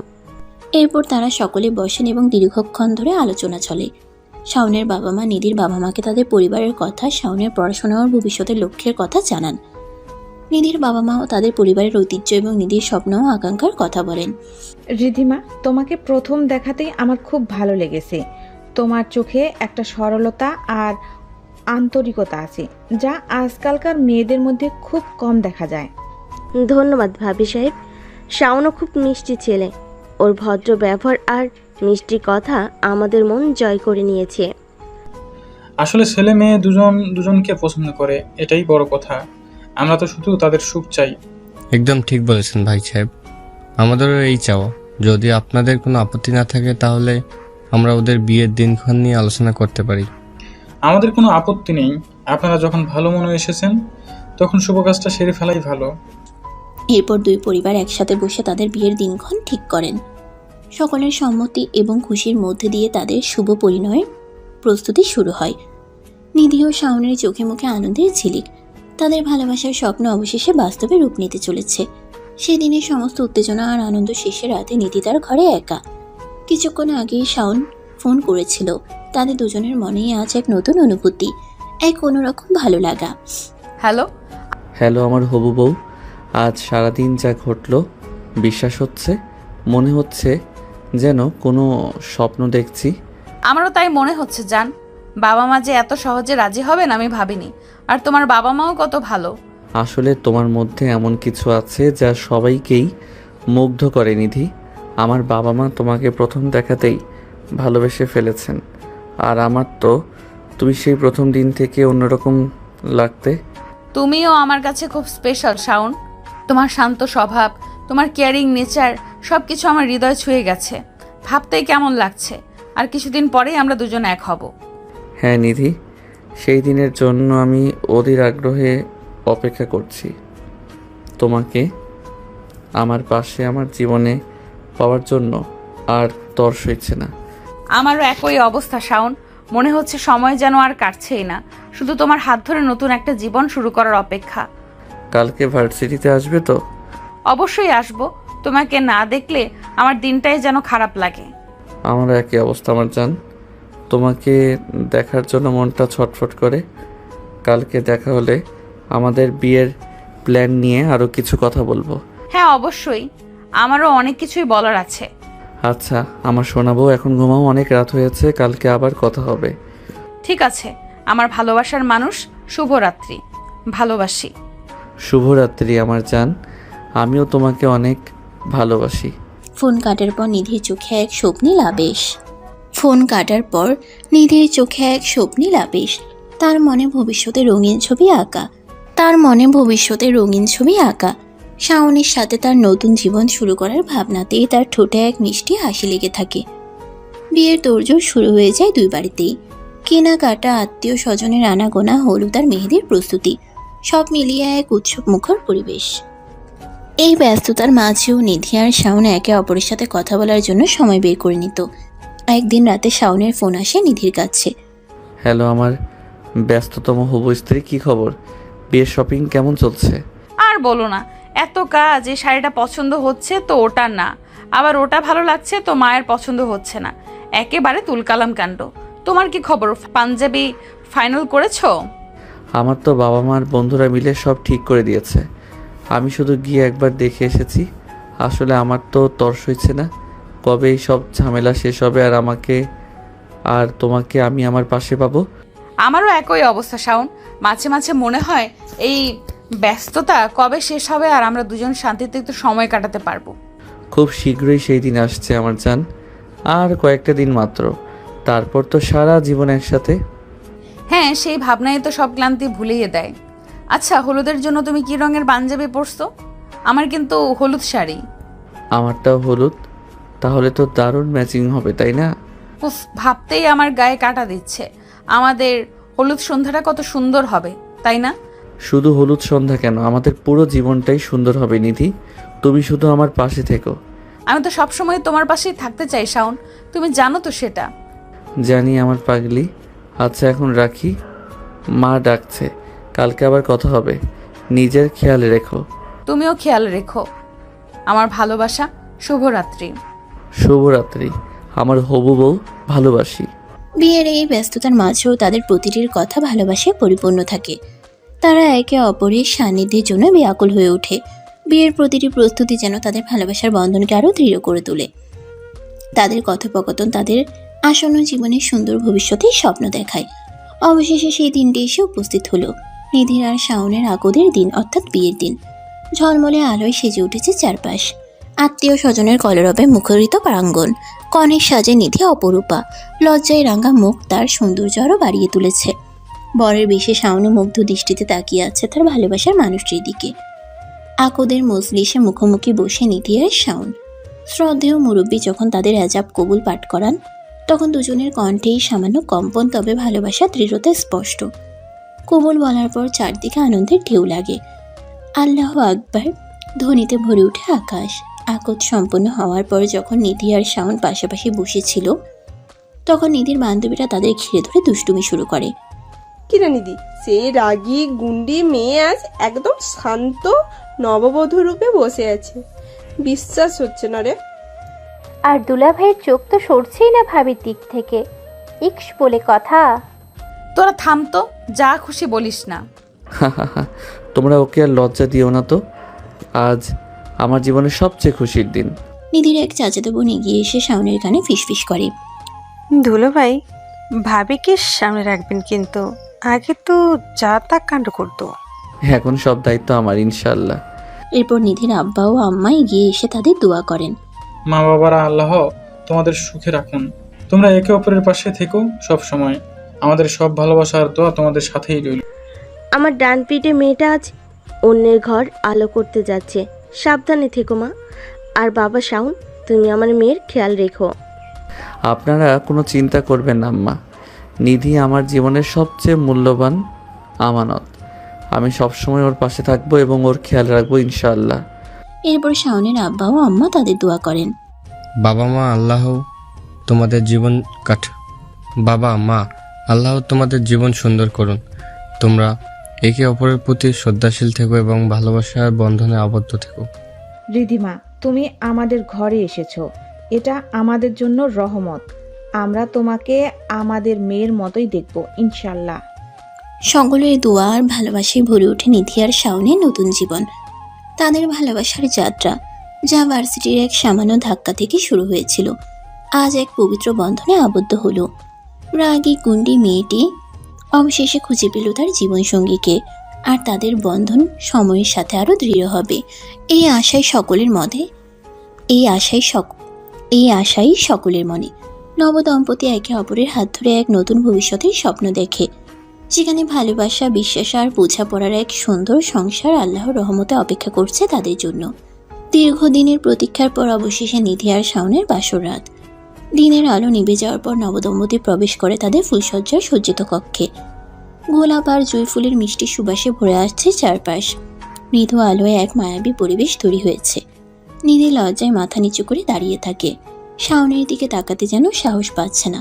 শাওন ধীরে ধীরে এগিয়ে আসে নিধির কাছে, আলতো করে তার ঘোমটা তুলে ধরে, নিধির মুখ লজ্জায় লাল হয়ে ওঠে, চোখের পাতা সামান্য কাঁপে। শাওনের চোখে গভীর ভালোবাসার মুগ্ধতা। অবশেষে তোমাকে আমার পাশে পেলাম নিধি। বিশ্বাস করো, এই মুহূর্তটার জন্য আমি কত অপেক্ষা করেছি। আমিও। শাওন আলতো করে নিধির হাত ধরে তাকে বিছানার দিকে নিয়ে যায়। তারা দুজন পাশাপাশি বসে কিছুক্ষণ নীরবতা বিরাজ করে, তবে সেই নীরবতা ভালোবাসার গভীরতায় পূর্ণ। শাওন নিধির চিবুক ধরে উঁচু করে। তুমি জানো, প্রথম যেদিন তোমাকে রাগী মেজাজে দেখেছিলাম, তখন ভাবিনি আমার জীবন এভাবে বদলে যাবে। তোমার ভেতরের সরলতা আর ভালোবাসার কাছে আমি পরাজিত হয়েছি।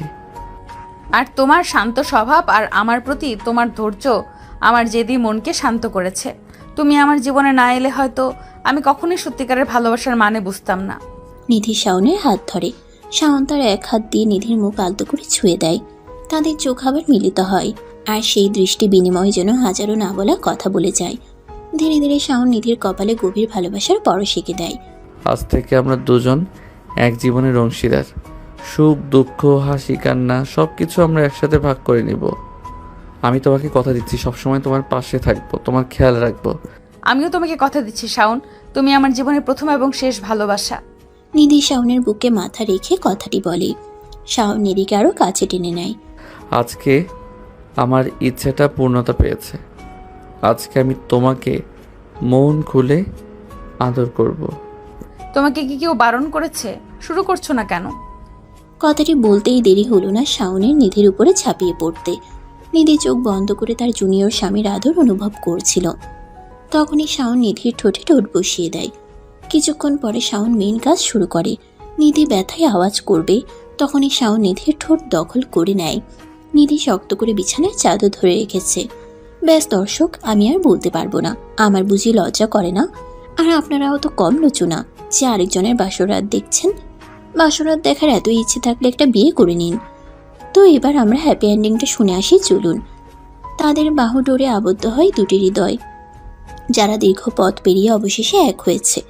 রাতে নীরবতা ভেঙে তাদের গভীর ভালোবাসার উষ্ণ শ্বাস আর হৃদস্পন্দনের মৃদু শব্দ ভেসে আসে। ফুলসজ্জার রাতের মায়াবী পরিবেশে তাদের ভালোবাসার নতুন যাত্রা শুরু হয়, এক অনন্তকালের প্রতিশ্রুতি নিয়ে। সময়ের স্রোতে নিধি আর শাওনের ভালোবাসার বন্ধন আরও দৃঢ় হয়। তাদের দাম্পত্য জীবন সুখ শান্তিতে ভরে ওঠে। নিধির রাগী স্বভাব ধীরে ধীরে শান্ত হয়। ভালোবাসার পরশে তার ভেতরের কোমল মন আরও বিকশিত হয়। শাওনের ধৈর্য আর ভালোবাসায় নিধি খুঁজে পায় তার জীবনে নতুন অর্থ। তারা একে অপরের পরিপূরক হয়ে ওঠে, সুখে দুঃখে সবসময় পাশে থাকে। তাদের ভালোবাসার গল্প ক্যাম্পাসের আনাচে কানাচে ছড়িয়ে পড়ে। এক সময়ে রাগী গণ্ডি মেয়ে নিধি আজ সকলের কাছে ভালোবাসার প্রতিচ্ছবি। তাদের সম্পর্কের গভীরতা প্রমাণ করে সত্যিকারের ভালোবাসা সব বাধা অতিক্রম করতে পারে। ভিন্ন স্বভাবের দুটি মানুষও একে অপরের জীবনে শান্তি ও আনন্দ বয়ে আনতে পারে, যদি সেখানে থাকে বিশ্বাস, বোঝাপড়া আর আনকন্ডিশনাল ভালোবাসা। তাদের জীবনে আসে নতুন অতিথি, তাদের ভালোবাসার প্রতীক, ছোট্ট একটি পুত্র সন্তান। নিধি আর শাওনের সংসার আরও আলোয় ভরে ওঠে। তারা তাদের সন্তানকে ভালোবাসার আলোয় বড় করে তোলে, যেখানে রাগ বা জেদের কোনো স্থান নেই। এই গল্পের শিক্ষা এটাই যে বাহ্যিক রুক্ষতা বা ভিন্ন স্বভাবের আড়ালে লুকিয়ে থাকতে পারে এক গভীর ভালোবাসা। প্রয়োজন শুধু সেই ভালোবাসাকে চেনার এবং ধৈর্যের সাথে তাকে লালন করার। ভালোবাসার শক্তি এতটাই অসীম যে তা যে কোনো কঠিন হৃদয়কে জয় করতে পারে এবং দুটি ভিন্ন মেরুর মানুষকে এক সুন্দর বন্ধনে আবদ্ধ করতে পারে। নিধি আর শাওনের গল্প সেই অমোঘ সত্যেরই প্রতিধ্বনি। তারা প্রমাণ করে সত্যিকারের ভালোবাসা সবসময় হ্যাপি এন্ডিংই নিয়ে আসে। তো দর্শক, আজকের গল্পটির থেকে এখানেই বিদায় নিচ্ছি। আর অপেক্ষা করুন পরবর্তী ভালোবাসার গল্পের জন্য। সেই পর্যন্ত সবাই ভালো থাকবেন এবং লাইক, কমেন্ট, শেয়ার করে আমাদের সাথেই থাকুন। আর নতুনরা কিন্তু সাবস্ক্রাইব করতে ভুলবেন না। আল্লাহ হাফেজ। সমাপ্ত।